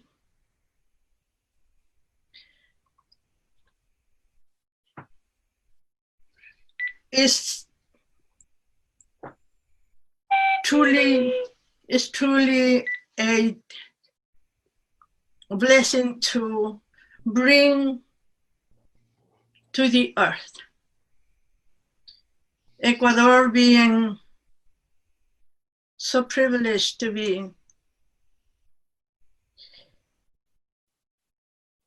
and to have such a wonderful people. I feel all the indigenous people in the world are really the anchorage for the earth, the anchorage for the energy, the anchorage for the spirituality, the anchorage for the purity of hearts and consciousness, and that connectivity with the earth is just a miracle. I encourage everyone to please pay attention. All over the world, the indigenous people are, a lot of time has been a huge struggle to sustain the energy against all odds, to really bring the message that will benefit humanity, will protect all life in the planet. It is really from the heart. They know the cosmos. They understand the language of the earth. They understand the language of the oceans, the rivers, of every creature on the earth. Let us give a thank you from the heart for all they have endured and how brave and courageous they are to really sustain that stability, that conviction that a lot of times takes more than one human being to sustain the challenges. But I do believe through their example, we can say now, every challenge, the greater the challenge, the greater the opportunity. I honor the ancestors of Ecuador. I am grateful to all my ancestors, especially to my parents, for giving me for being the vessel for me to come this time around to planet Earth. And I intend to make the best of every second in my life to give all that I have inside of me and all that it is funneling through me for the blessings of all life on earth. I am honoring also the spirit of the condor and the spirit of the eagle. What a blessing it is for me to have Evan Pritchard accompany me on the Son of the Andes, honoring the eagle and honoring the condor. For you, Son of the Andes, and it will be followed by a song as a recording, and I would like you to, before I present the song, look at these faces. If you can zoom in to the pictures. It is these voices, these precious faces, inviting to the world to be a part of the solution. Let us not be focused on the problem, let us focus on the solution. And bring into the world from my precious country, Ecuador. Son of the Andes, he who honors his ancestry dignifies the present and enriches the future.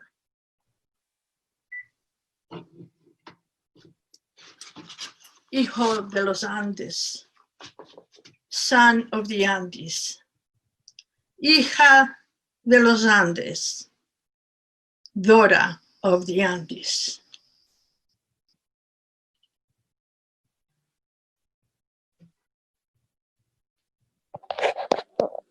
The eagle is about to appear.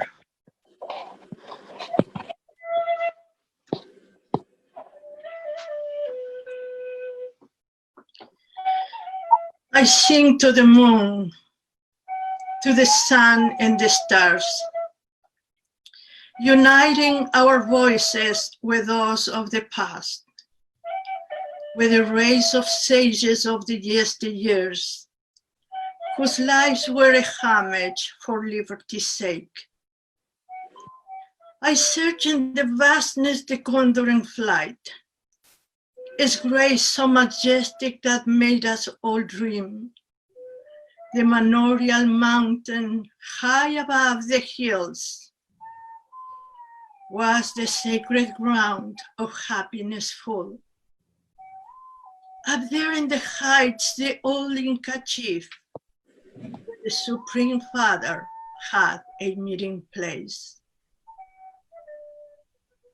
O mysterious condor, leave your lurking place. Return with your splendor to the mountain peak, the charm that held captive men of yesteryears. Shroud not in the clouds of the immensity. Deny not the children your majestic flight. Let them see the flapping of your graceful wings. Let them see the flapping of your graceful wings. Condor in the heights, you are potentate. Take with you our sons, our clamor for peace. To the Lord that once expired on the cross. We walk supplicating as we face the sun. May this noble race preserve and defend the message of wisdom, the great legacy, enduring endowment of the Inca chief, the message of wisdom, the great legacy. Hijo de los Andes soy, son of the Andes I am. Hija de los Andes soy, daughter of the Andes, I am. And I am grateful. I am grateful. I am so very grateful. Thank you, Angelica. Gracias por todo. Gracias por la oportunidad. Now we are going to put the song and the recording. We have just another minute, Angelica. So in that case, we are going to leave it. I'm grateful. I'm grateful Perfecto. for bringing the candor, for bringing. And one thing I was saying that minute, my vision was the flight of the eagle, the dove, and the candor, encircling the earth. The most magnificent, magnificent sight. And on that, I have all the hope. I have my faith and the integrity and the wisdom of humanity that we will turn this thing around. We are going to turn the world around by the power of love. We are children of love, and we are going to maximize that power to be and to become that which we are meant to be. Thank you. Muy bonita. Gracias por todo. Perfecto. Muy bonita. We hear today from scholars, from scientists, and from spiritual healers. And that's what makes our humanity so like a gorgeous garden. And that's really what we are.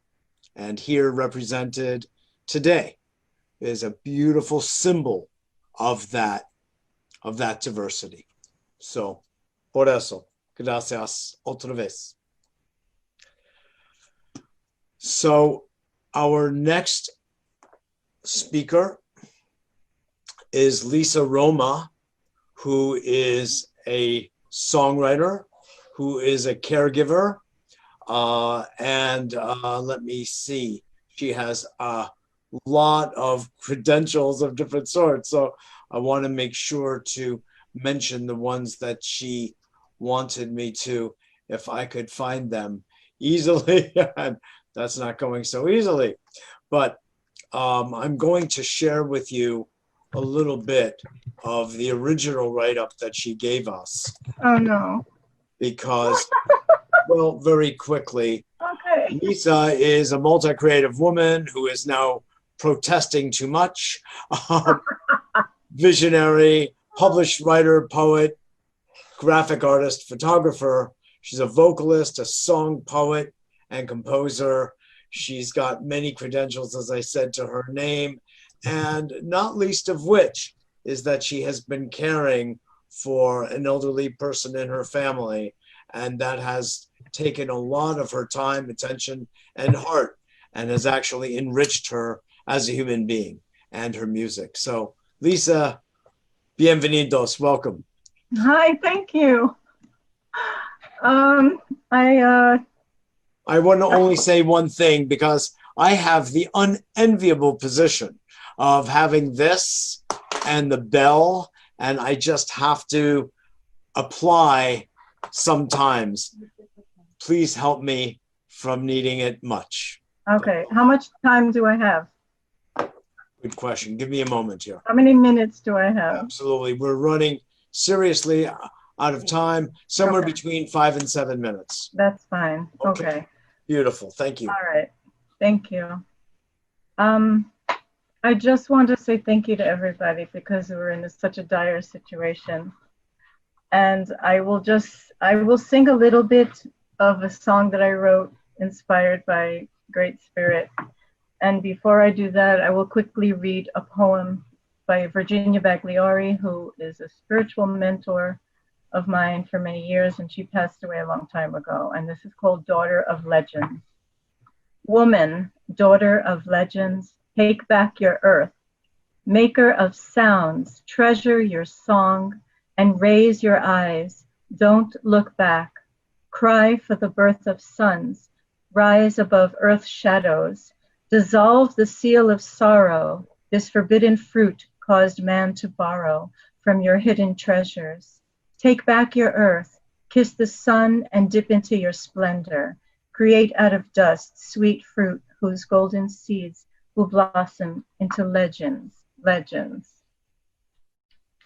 And this is from Song of Illumination, which I wrote a couple of years ago, inspired when I was with Leisha, taking care of her.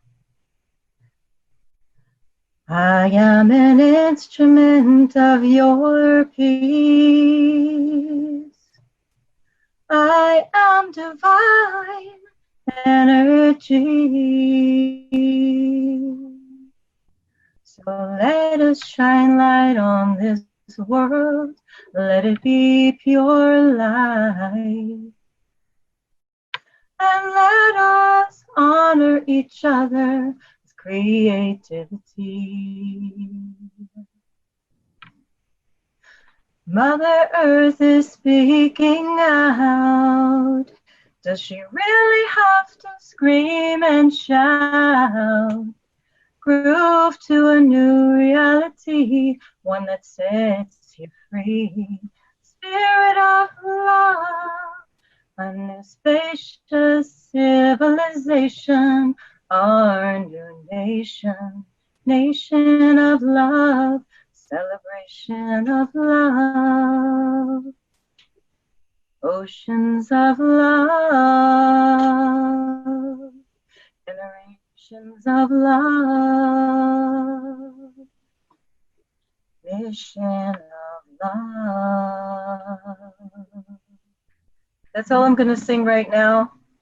I want to bless everybody and say that we have to pass on this message and take it seriously. And I'm giving you back your podium, Mitchell.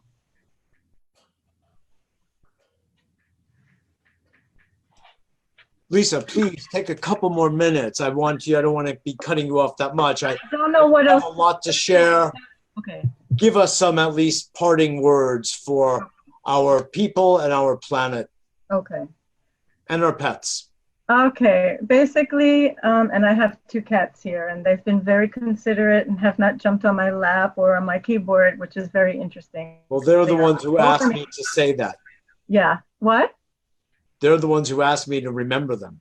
Well, see, basically, the love that we can share with each other and the kindness that we could share with each other. I've been taking care of a woman for 7 years who recently passed, and I just took care of a different woman for 3 days. And, you know, we have to really honor each other, whatever age we are, because everyone is sacred and we all matter. And all of our children, all of our furry friends, all of the creatures of the earth, all of life is important. And we need to stop thinking selfishly and materialistically. And one of the most important things that I have always loved and benefited from is the connection to nature. Living across the street from a state park and a river with trees and open sky, when it was recently closed because of the COVID virus, and then I was really distraught because that's what sustains me. Nature sustains me. And I was so overjoyed when the park was recently reopened, and I went across the street to commune with nature, to give thanks to Mother Earth, which is something I do constantly, to give thanks to Great Spirit and all of life and the great beloved and my ancestors and beloved that have passed on. My husband passed on, my mother. So it's about giving thanks and gratitude. In order to make a shift, we have to constantly be aware of gratitude within our hearts and love within our hearts, and that everyone matters, everyone is sacred, all humans, all non-humans, and especially Mother Earth and all of the planets. There's a consciousness that connects everything. And the astronauts, I think it was John Glenn, who in the 60s when we landed on the moon, and he said, when you look down at the Earth from space, he says all he could feel is love, an amazing sense of love connecting everything. No boundaries, no borders, just an incredible sensibility of love. And we need to tune into that in order to raise the consciousness of the planet. And we need to save ourselves and each other with love and gratitude. That's the only thing I could think of right now that matters. Oh, Thank you. it's an important message, Lisa, and we all appreciate it, and we feel your love. Thank you. I love you all. Thank you for that gift to us all. Thank you. Sure. Blessings to all. You know, I just want to say, in light of what Lisa was just sharing with us and what Jonathan and everyone, Envita and others, is that love is a frequency. It's understood as that. It's said to be the glue of the universe. So we're not kidding when we say love. It's not just some kind of common or trivial notion. I mean, you know how the Eskimo language knows about 100 different words for snow. Well, I think that we need to reinvent a couple of more words for love. There are so many types, of course: unconditional love, romantic love, lustful love, agape. There are some words, we have to reach back sometimes to the ancient Greek to adorn and re-enliven our own. Love is a great word. We all know what it means, but I think it's getting time to develop higher levels of appreciation and words themselves that distinguish that vast universe we call love. And your music, your words help to do that, Lisa. Thank you so much. Namaste. Namaste. So, continuing on with our themes of the night, the next guest is a dear friend of mine. If I can find the write-up on him, even though I've said it many times, because I'm quite familiar with Jackson Madnick, who is our next speaker. Somehow my list keeps going away. I don't know why that happens, but that's beside the point. I'm going to ad-lib it a bit because I do know Jackson well, and he's a very special soul. He was a TV anchor, as a matter of fact, for some time in Boston on a local TV station up there, a news station. He then went on to produce major global events on the planet, usually charitable events, usually around protecting and conserving water and the environment. He's won all sorts of very distinguished awards. It's almost funny how he has beaten out some luminaries of our world with the quality of the productions he's made. Well, after completing that, he went into another space altogether, the environmental space whole hog, after studying what was polluting the waterways up in the general Boston area where he lives. And he was appalled to make some findings about what was polluting our waterways. And a lot of that had to do with the pesticide runoff from lawns. Whoever thought that that would be such a problem? Well, he found out, scientifically measured, and that caused a new direction and trajectory in his life. So with that said, Jackson Madnick, president of Pearl's Premium Ultra Low Maintenance Lawn Seed, welcome to our Global Earth Day event. So glad to have you. Please share with us what you want us to know. Hi, Mitchell, and thank you for this wonderful program. I'm here with my dog, Zoe, and we have a message, a positive message. We've heard about problems. We all know what the problems are, but there are some very simple solutions. People ask, what can I do? Well, I want to address one simple thing that you can do to make this a better planet and to be healthier. And it came from my mother, Pearl, who during the 50s and the 60s, she was an environmentalist before we had heard of Rachel Carson. And she used to take us to the sea and talk to us, my brothers and I, about the environment and water, and that we need to protect it for us and the children of future generations. And as I grew older, I did the news for a while and doing stories to start out with. And now for something positive, I produced major events on lakes and rivers and in parks that had to do with the environment and energy and so on.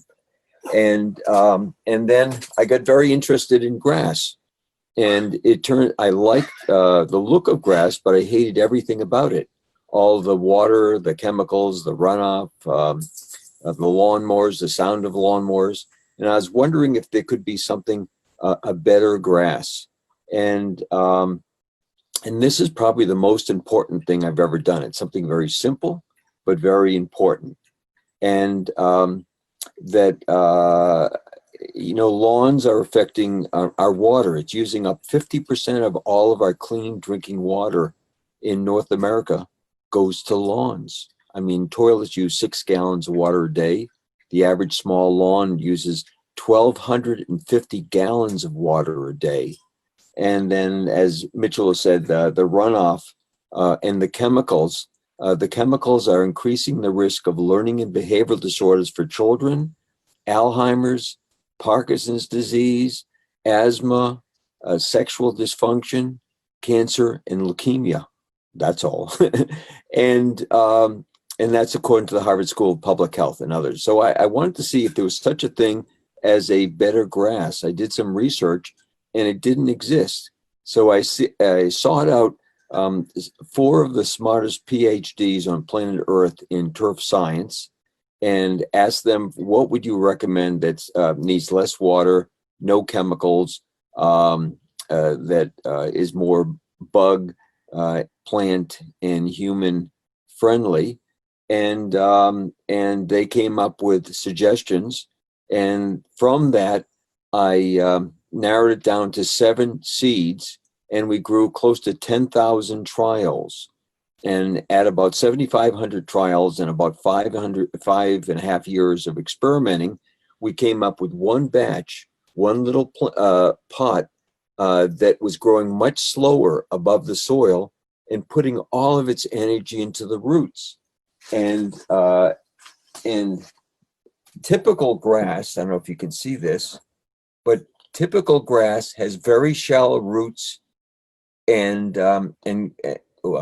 over here, has very shallow roots and grows very fast above the soil. But these 7 seeds in these exact proportions slow down the growth of the grass above the soil and put all of its energy into roots. So rather than growing 3 or 6 inch roots, it grows 4-foot roots. And the importance of that is the 4-foot roots need 75% less water. It also stays evergreen year round. It never goes brown in the heat of summer and the cold of winter. And it also sequesters carbon. It pulls carbon out of the air at 8 times the rate of shallow root grass, and to help lessen climate change. And there's a lot of grass. There's 45,000 square miles in our country of irrigated grass, 32 million acres. And if 1/3 of that was converted over to this deep root, slow growing grass, it would be the equivalent of taking off all the cars and trucks off the road in the United States. And the grass is beautiful. It's a dark green like this. And because of the deep roots, it outcompetes weeds.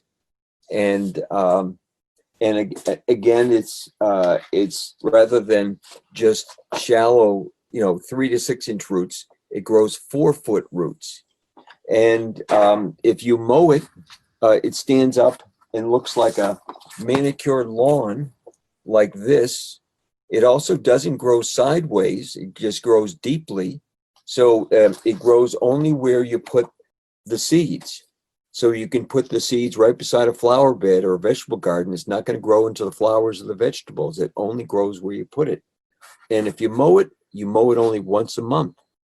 And if you don't mow it, it flops over. After it passes 6 inches high, It can't support its own weight. It's very barefoot soft, has less fiber, flops over to become a 3-inch high meadow that looks like this. So you mow it once a month, or you never ever mow it. And the other interesting thing, because it's a fine blade grass and it has very dense, it has more surface area above the soil and more roots in the ground. It produces 8 times the amount of oxygen of shallow root grass, 8 times the amount of oxygen. And that helps lessen, makes you generally healthier, happier to be in an oxygen-rich environment. And it lessens asthma, lung issues, and even can help lessen the risk of virus. And you want to stay away from chemicals. And you don't need chemicals. Your lawn can be totally organic, and you can use organic fertilizer or organic compost, and have a lawn. And you don't tear up the existing lawn. All you do is you cut it short, rake away the clippings, spread the seed, and it's called Pearls Premium for short, or Pearls Premium Ultra Low Maintenance Lawn Seed. And you mow it only once a month or never. It needs 75% less water after you put it down. It needs no chemicals. It's safer for you and animals, and also our bee population. What's killing off the bees of the world is chemical fertilizer. And it's very important to have bees or pollinators because most of the food that we consume needs pollinators and bees and butterflies. And this grass never ever needs chemicals to stay green and year round. And by producing 24 times the oxygen, it can make you feel happier and healthier and lessen the risk of virus. And then along with our grass is, a couple of, just with your existing grass is, there are some best management concepts that a lot of people don't know. And if you cut your grass short, it produces very little oxygen, and it's not good for the environment, and it grows twice as fast. But if you cut taller at the magic height of 3.5 inches, it grows very slow. And also you leave the clippings. You don't take away the clippings because it provides half the nutrients back to the grass it needs. You sharpen your blade. It takes you 2 minutes with a cheap file at the angle of the bevel once every 10 hours of mowing. It only takes 2 minutes, and it'll cut your mowing time by 1/3, and the grass will look healthier and happier. And last is use deep root native seeds, which our grass is basically North American deep root native seeds, but grows in all 50 states, all over Canada. We have lawns from northern Alaska to the Mojave Desert. And there's a fellow in northern Alaska who makes sculptures like chia pet sheep that grows green grass. But anyways, I'd like to ask you something, if I may, here. Yeah. One of the extraordinary things, of course, I know this very well because I collaborate with Jackson on this incredible environmental project, and he has been a real mentor to me in this, and I've learned a lot about the environmental benefits of having this grass. And I never really thought about grass much at all. I just used to mow it all the time until I met Jackson. And well, since I've lived in New York, I don't have much of a lawn anymore. But a point that is very much to the benefit of the environment at large, the built environment, as in urban living, and many of the people who are part of today are living in urban environments, is the LEED certification credits that one gains. So could you explain what LEED certification is, and a little bit about, in our last few minutes, how this lawn seed has qualified for helping people gain that very valuable credit and certification? Sure, Mitchell. LEED it's spelled out capital L, capital E D, and it is for buildings and structures what Energy Star is for appliances. It's for highly efficient things that help the environment. And under LEED, which is under the U.S. Green Building Council, they say get rid of your lawn, lessen your lawn, put in ground cover. With the one exception, our grass gets up to 6 LEED credits for using less water, improving air quality, being site suitable, etc. There's 6 different categories, and you can use it around the house to make the whole house environment healthier and more green and more sustainable. Or you can put it on the roof of the house as a green roof with just 3 inches, 2.5 or 3 inches of soil on the roof. And the roots go down that 2 or 3 inches, and then they go sideways 4 feet to make a mat that's 1/2 inch to 1 inch thick of roots that's 90% water. That acts as like a little water tank under the little bit of soil. And you use it on roofs. And our grass is so efficient in terms of producing oxygen and sequestering carbon. It's the equivalent of planting a mature 70 or 80-foot tree in your yard. And again, you don't tear up the grass. You just plant the grass right over the existing grass to outcompete everything. And this is not just grass. It's an opportunity to save time, money, and water, lessen climate change, and something simple you can do. Just throw the seeds over the existing lawn and make the lawn more sustainable. And let's bring up one other thing, Jackson, if you would, because we're running out of time. And I think these 2 points are very interesting that you've educated me about. One is it acting as a mudslide barricade. And number 2, because of the depth of the roots. And number 2, same with a fire barricade, i.e. the wildfires in California and elsewhere, Australia, etc. Could you talk to that a little bit? Yeah, with 4 feet roots, which I can't show you in this picture, it holds everything in place. It stops erosion, holds everything in place, and holds so much water that the grass doesn't go brown in a dry season, and it acts as a fire break. There's actually people in a place in this country called Lightning Alley that every summer they have thousands and thousands of lightning strikes. They require lightning rods on the roof and no trees near your home. And you have to irrigate the grass as a fire break around the home, keep it moist. There are many people with our grass because of the 4-foot roots. You water it to get established and you seldom or never water it again, and it acts as a fire break. So it's something that's very simple. And we're also a educational nonprofit that the majority of our profit goes to different causes having to do with children, animals, and the environment. And we give tons of grass to Habitat for Humanity for wounded warriors and other worthy people. So when you get our grass, it saves you time, money, water, lessens carbon and climate change, and you're helping worthy causes and Habitat for Humanity. Beautiful. And that's great, Jackson. Very much appreciate your contribution. And people always ask, where can you get the grass? You can get it from any of the Whole Foods supermarkets in New England, or you can buy it online from pearlspremium.com.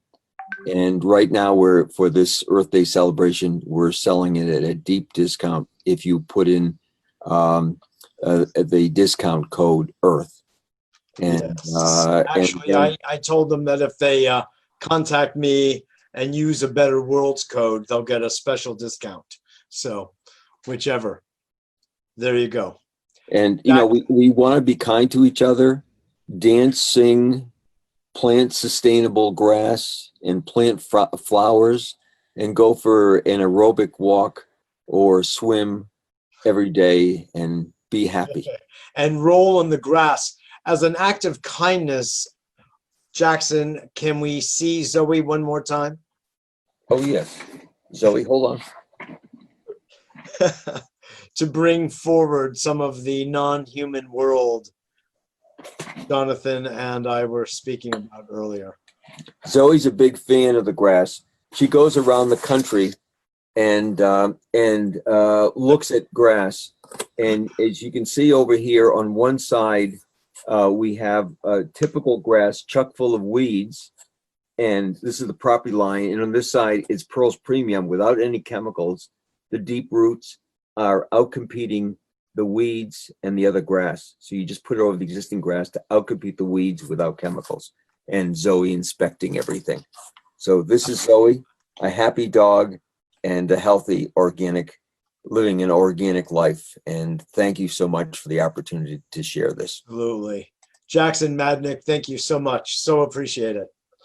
You're making a beautiful contribution to our world. And you too, Zoe. We love you. Do you believe that? Look at that punum, as we say in Chinese. Give us all a wave for the future and the world. That's right, exactly. Keep going, folks. So I'd like to just offer everyone a 6-minute sound journey. And during this sound journey, you're going to hear my voice go into the, I think I decided to go into Notre Dame Cathedral tonight. How about that? Wow. Anyway, so I'm going to offer some music using the soprano sax, alto flute with some background sounds. And as you listen, just flow with it, just breathe. You can even do a visualization. You can picture yourself in a beautiful place. You can feel yourself breathing in tranquility, breathing out any form of negativity. And at the end, I'll just do a brief mantra, which you're all welcome to join me on. And that mantra is simply these words: love is God's life breath within us. And on that note, we offer you some music of peace. Thank you.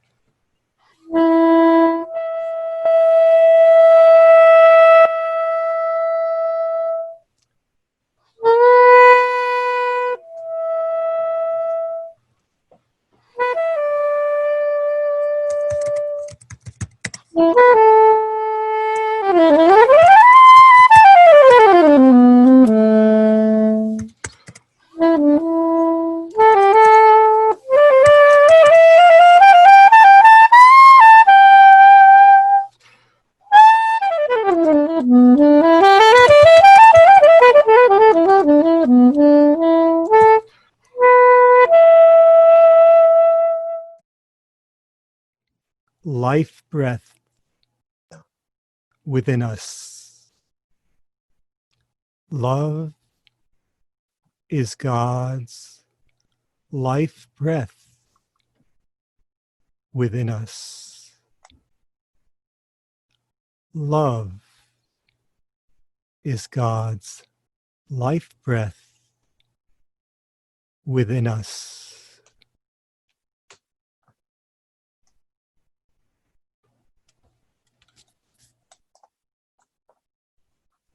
Beautiful. Primek, beautiful. Thank you all so much. Thank you for that gift. So I'm going to share a couple of thoughts about sort of what goes on. Are you able to see me? I can hardly see myself, but all right, great. A couple of thoughts of some of what came into us all this evening, as well as some thoughts about related to the work that I do and the thoughts that I think about how to metabolize, if you will, all that we've been discussing tonight and the related conditions of this moment during COVID. And, you know, there's a lot to say. I'm not going to say it all. I'm going to be relatively brief here. But I do want to say that to take in our first keynote speaker this evening, Dr. Guy McPherson, he's a scientist. The rest of us may be scientifically oriented from time to time, but we're not formally trained as scientists. He is. And when he discovers what he has about what we have done to disrupt the ecosystem in such ways by our trapping greenhouse gases, and that leading to what we call global warming. And as Robin Williams, I like to quote, calls it global grilling. We're in trouble, my friends. We are truly in deep trouble. There's no question about it. You'd have to be blind, or maybe the President of the United States, not to see it. Sorry, couldn't resist. It's really a very serious thing. It's like we're going over Niagara Falls in a barrel. It's serious. We experience it daily. And, well, there's also good news. Even though the ice is melting at a phenomenal rate, it's changed the level of water in our oceans. The currents are warming.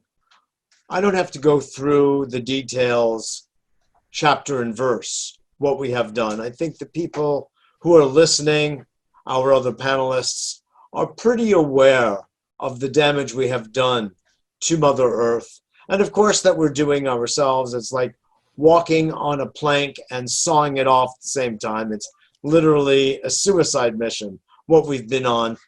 And for lots of reasons, we as a species have been blind to what it is we are doing to our own habitat. And that's ultimately, of course, what it is. But I will say that, you know, dim as it looks sometimes and grim as it appears, there's a whole other story that's underlying this and unfolding. And various speakers tonight gave us some sense of that, some inkling. One of the things that was discussed by Elly, Lessin, for instance, was about the work of Paul Hawken, who in the Drawdown book, as I mentioned earlier, the most comprehensive plan ever proposed to reverse global warming, we talk about mitigation, we talk about slowing it down, but how often do we talk about reversing it? That's bold. That's audacious. And I want to remind everyone of one of my teachers going back some years was Werner Erhard, the founder of EST and what we know today as the Landmark Forum, which before this iteration was just known as the Forum, who was part of, as was Lynn Twist, the co-founder of the Pachamama Alliance, what is known as, to this day, the Hunger Project. I think back in 1974 they launched that.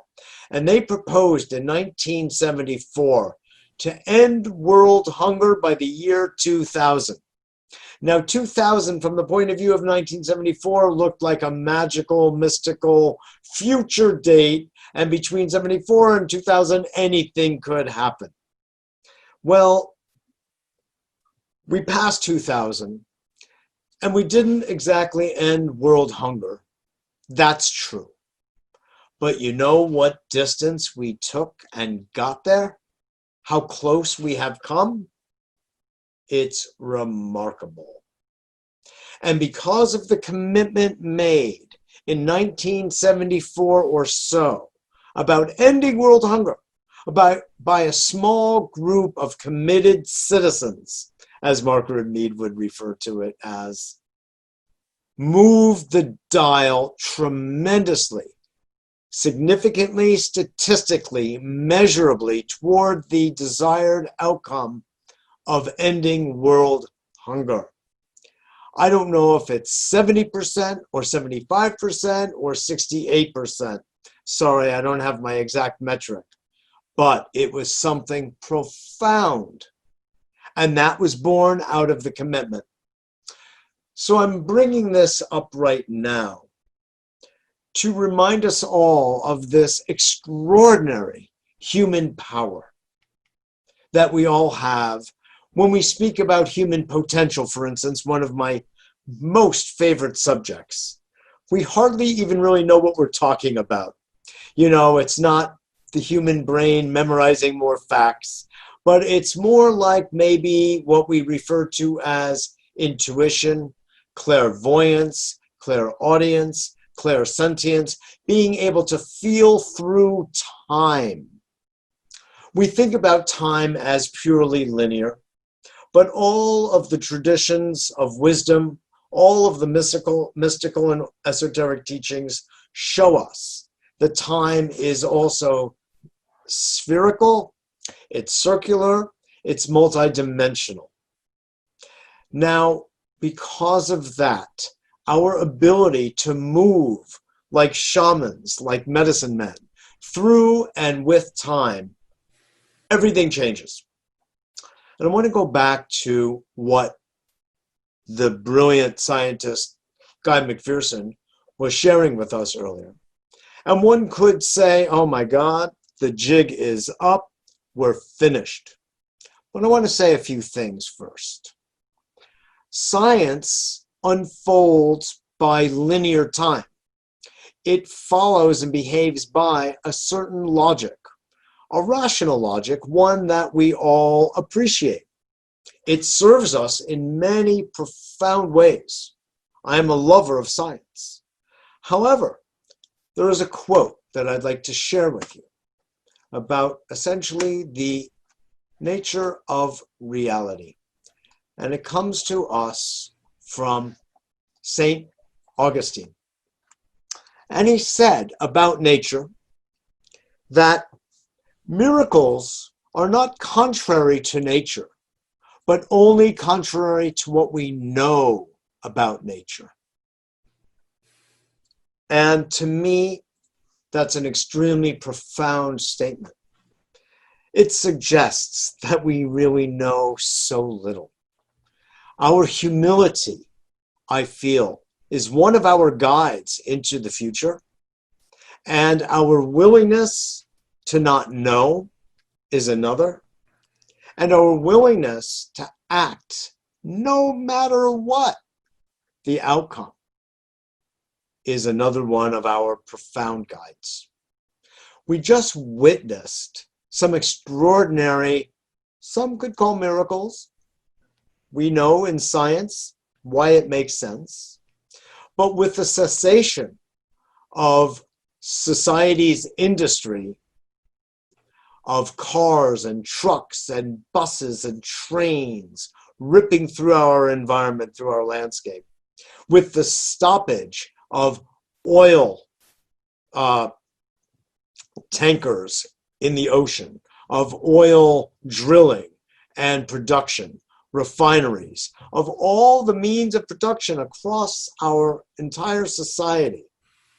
In China, in Shanghai, they have seen blue skies. They didn't believe, almost like Plato's cave, that there were blue skies. They heard about it, they saw it in the movies, but they hadn't experienced it directly because it's that polluted.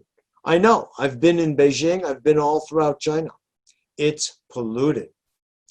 And same thing in India, following our West's model, our footsteps. They can see the Himalayas. In certain towns and villages, they could not see the Himalayas. Now they can. Fish jumping and playing in Venice in the canals. That hadn't been the case either. Across New York City, we are breathing fresh air in the streets that are usually somewhat polluted. So what we have seen, my friends, is this extraordinary regeneration of Mother Earth. We see that the intelligence of Mother Earth is way beyond our ability to even imagine, let alone document scientifically. Because as St. Augustine says, whether it's miracles or just the limitations of science, there is much more to be seen in this philosophy. We don't know what else there is. Given nature the slightest elbow room not to be offended, if you will. I'm anthropocentrizing it a little bit, pomorphizing it, to be offended by our harmful, destructive ways. For just a little bit of time, what has it been, 2 months? And already she is showing signs of rejuvenation and regeneration. I think this is something to let resonate in our bones about the future. There is a lot to be thankful for. There is a lot to be look forward to.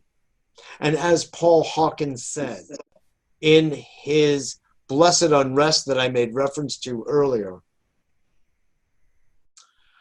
there are literally millions of organizations that are doing grassroots work, no pun intended, Jackson, grassroots work to bring us back to harmony with the planet.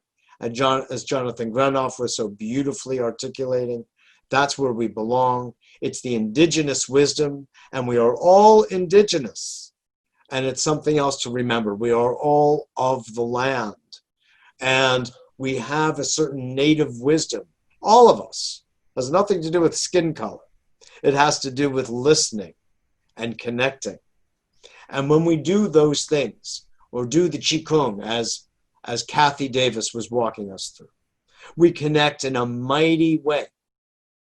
I also want to remind everyone of the power of ourselves, i.e. human potential, that mind over matter is a subject that has been of great interest to people throughout time. Moving objects with our mind is actually not a new phenomenon. It has happened. The role of the mind in health and healing is profound, anciently and modernly, contemporarily. We know the role the mind plays. Neuroscience, neuropsychology, spiritual understanding, the role of science in metaphysics.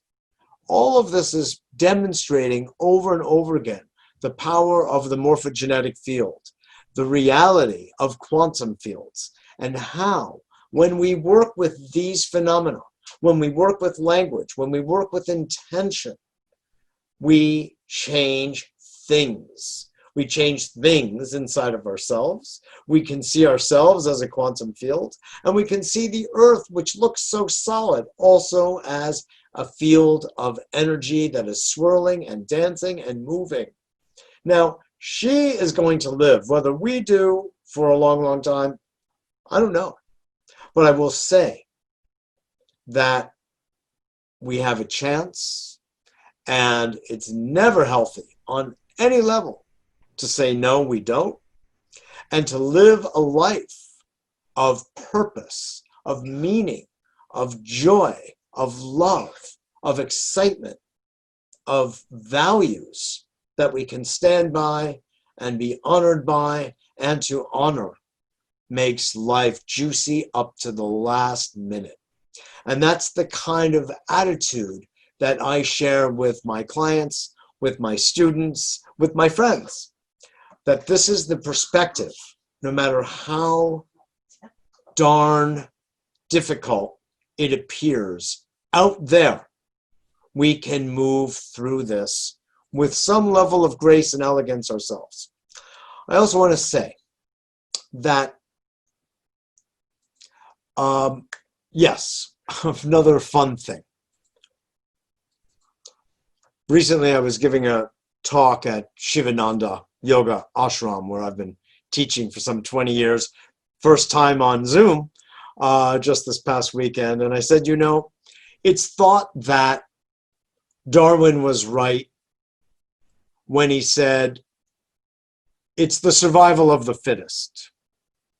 And I'd like to make a little modification of that idea. And also many people say that he actually didn't say that. That's another conversation. But I would rather put out that it is the survival of the resilient.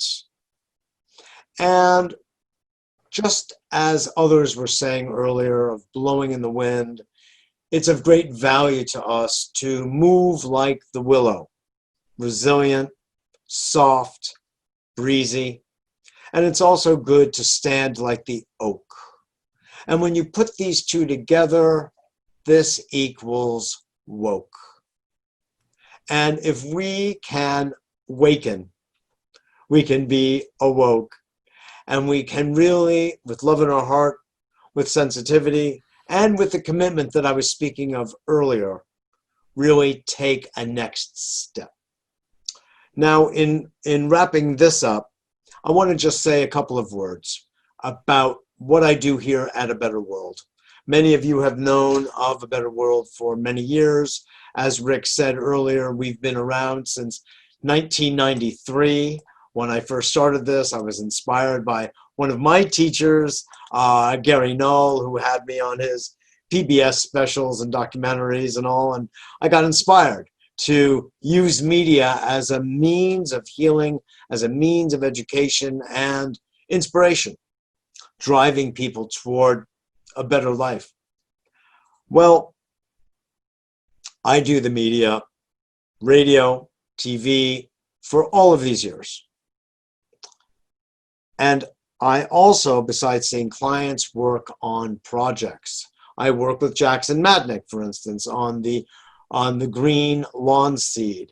I work with others on a breakthrough wind technology, which will change the question of economic justice because it costs less than a penny per kilowatt hour when we get this launched in approximately 6 or so months. I work with a solar team to bring solar energy to many places that are interested in utilizing photons. So there are many things that are going on. I'm working with an inventor down in Florida who has a real, not just a water car, a water motor that takes not just the hydrogen, but also the oxygen out of water. And it emulates lightning and clouds. It's biomimicry based.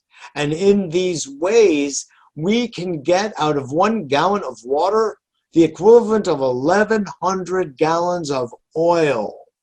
That's the equivalent. So there is creativity, there is inventiveness across the board. It's beautiful. And if we can harness our minds first and our actions together in harmony, we can really not only create a better world, but a surviving, sustainable, and thriving one. So I wanted to share all that with you. That's part of the vision and the activity of A Better World here on this planet in 2020.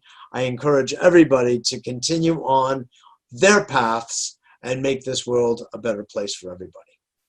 So I want to thank you all. There's one person, I don't know if he's still with us, Bill Garrett. He's still here. I'm here. Okay, great. Even though that all sounded very conclusive, I'll say a final remark after giving Bill just a few minutes. I'm sorry, Bill, you sort of missed your main limelight, but do come in for a few minutes and share with us a couple of things that you're working on because they're so beautiful and so important. Okay. We're ready to go? Yes. Okay. And I'll ring a bell, and that means wrap it up. Well, this is a lot different than what I was planning. But okay, thanks for inviting us to speak here. We're the Harlem Climate Caucus, and we have just 2 missions. Raise awareness of dangerous, disparate impacts climate change will impose on low-resource communities and the people who live in them, predominantly people of color, people with disabilities, and others outside the mainstream. We hope to empower these people with the information and on how they can more rapidly cut greenhouse gas emissions. Okay. Each year, human activities force 10 billion tons of carbon into the atmosphere, where it can remain and continuously keep overheating the planet for as long as 1,000 years. Most of the carbon gets into the planet in the form of CO2.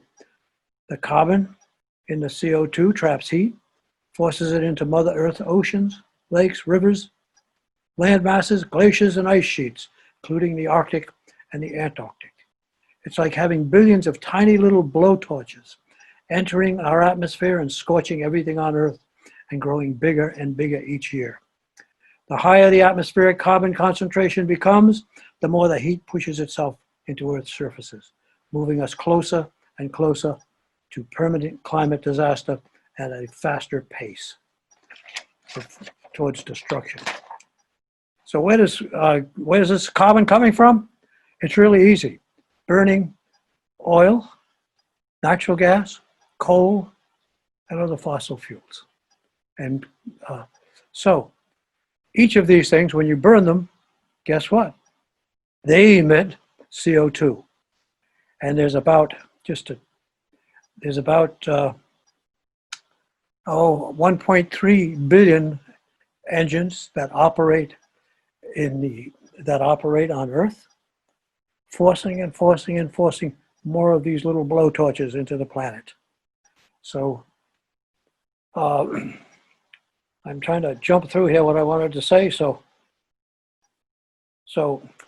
second, the second. Bill, let me guide you for a moment because we have so little time. We've been on since 6 o'clock, and I know you have so much to share. But because we know the dangers, you are also a man of solutions. I know because you shared some with me earlier. Could you just give us one or two of those that you have been working on that you want to bring to the city of New York? Sure. We call this co-pro technologies. And the production begins with digesting materials from waste streams without the presence of oxygen. This produces methane. The methane is then split into the carbon and hydrogen that it's made out of. The carbon is processed into very valuable carbon allotropes, including graphene, nanotubes, and diamond-like materials. Once the allotropes are produced, the carbon cannot return to the atmosphere. It's sequestered here forever. I'm skipping through things. Graphene is especially important. It's 100 times stronger than steel, more conductive than copper, lighter than aluminum. The valuable allotropes can be sold as sustainability materials that can make our economies more efficient and our world sustainable. The hydrogen that gets released from the methane molecule is combined with CO2, nitrogen, and other atmospheric substances to produce a liquid fuel at ambient temperatures and pressures. This means that fuel can be delivered to furnaces, automobiles, engines, all over power plants with the existing infrastructure. No need to spend trillions of dollars, which we're planning to spend now to have more central power plants. So when that fuel burns, when it finally gets to the boiler or it gets to the engine and it burns, the only thing in the fuel that burns is the hydrogen. And the only thing it emits is water. So what happens to the rest of it? That was borrowed from the atmosphere in the first place, and it returns to the atmosphere. That means no increase in atmospheric carbon. And so, let me see. Give us one more point, and then we'll call it a night. Water vapor, okay, no increase in atmospheric carbon. Let me just see if we say that one. Although that last one was a real good doozy. Yeah, right. I just wanted to mention that the co-pro technologies are backed by over 30 years of research and development and 250 issued U.S. patents. To get a U.S. patent, the applicant must prove the invention works, and people with the appropriate skills can produce it. All this may sound too good to be true, but it's not. It's simply the magic of science, and nothing more. Widespread use of these technologies can cure Mother Earth's fossil fuel infection and put nature back in control of global temperature changes, like it was for millions and millions of years prior to burning carbon. Thank you, Bill. Thank you. Well, thank you. You read your bio. You're so welcome. I really appreciate it. I'm sorry you had technical difficulties. We would have had a little more time for you then in a little more of an elegant way, but I'm glad that you did get a chance to come in and share with our audience and our group. And keep up the good work, and I look forward to talking to you soon. Okay, and I really appreciate this whole day. I've been to a lot of Earth Days, but this has got to be the best. Oh my God, we are truly honored. Bill Garrett, thank you again. And all this.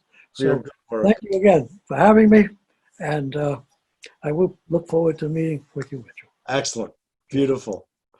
You know, it's so interesting. People who say they're retired are doing more work now than they've done in their whole lives. Well, I look forward to that. I don't know if I'll ever use the word, but nonetheless, it's not a word actually in my vocabulary.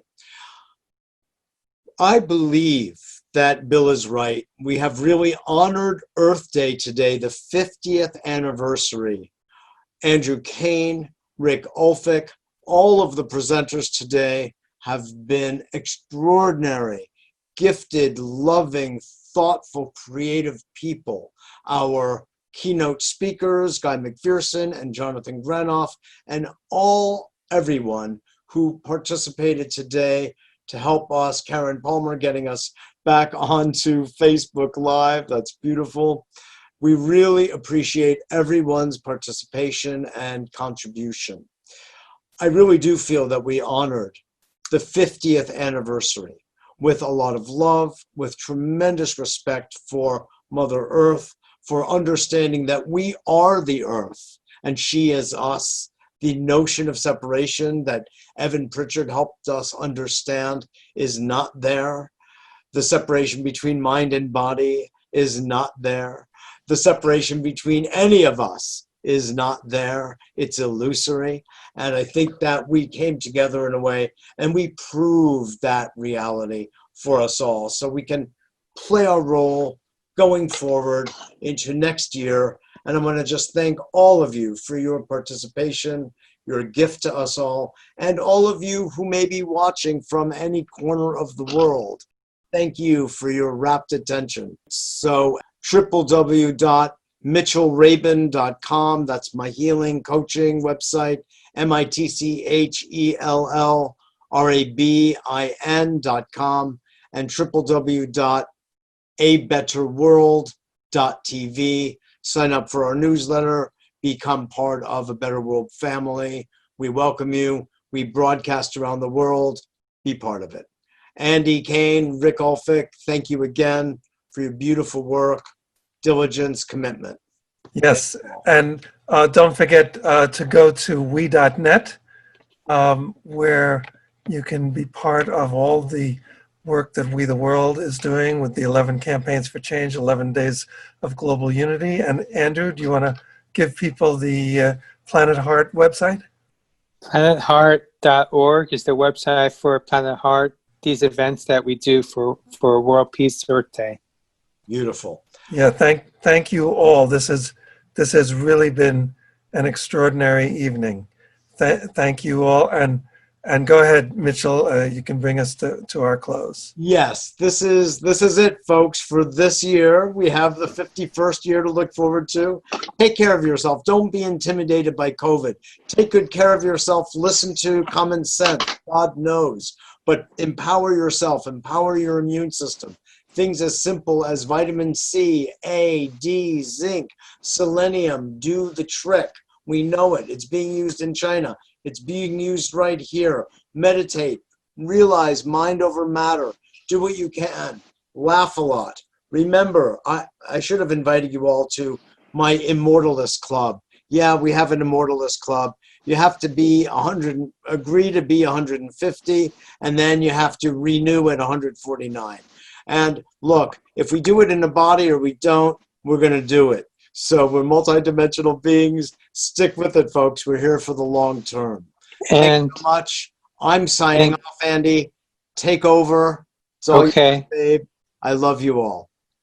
Okay, thank you so much, Mitchell, for everything, for doing this. My pleasure. And Angelica, can you do a final word for us? Yes, thank you. Holy Father, Mother God, behold thy children coming together to heal the earth and to heal each other, to restore the sanctity of family life. At last, thy children are awakening to our reality as one spiritual family, praying to be worthy of thy grace and fulfillment of our divine destiny. So be it, and so it is, ever expanding and world encompassing. We accept it then, in God's most holy name, in God's most holy way, in God's most holy love. So be it. Amen and amen. I am. Thank you. Yay. Yeah, Thank you, very everybody. much. Mitchell, great job. Thank you. May peace prevail on earth. Thank you, everybody. Thank you, everybody. May peace prevail on earth. Thank you. It was a wonderful combination of textures, meaning, and message tonight. Exactly. Namaste. Arrows for peace and peace. All right. Yeah. Thank you, Gloria. Thank you. Okay. Bye-bye. Remember, we're going from me, the three fingers down, to we, three fingers up. Oh. Okay, bye-bye.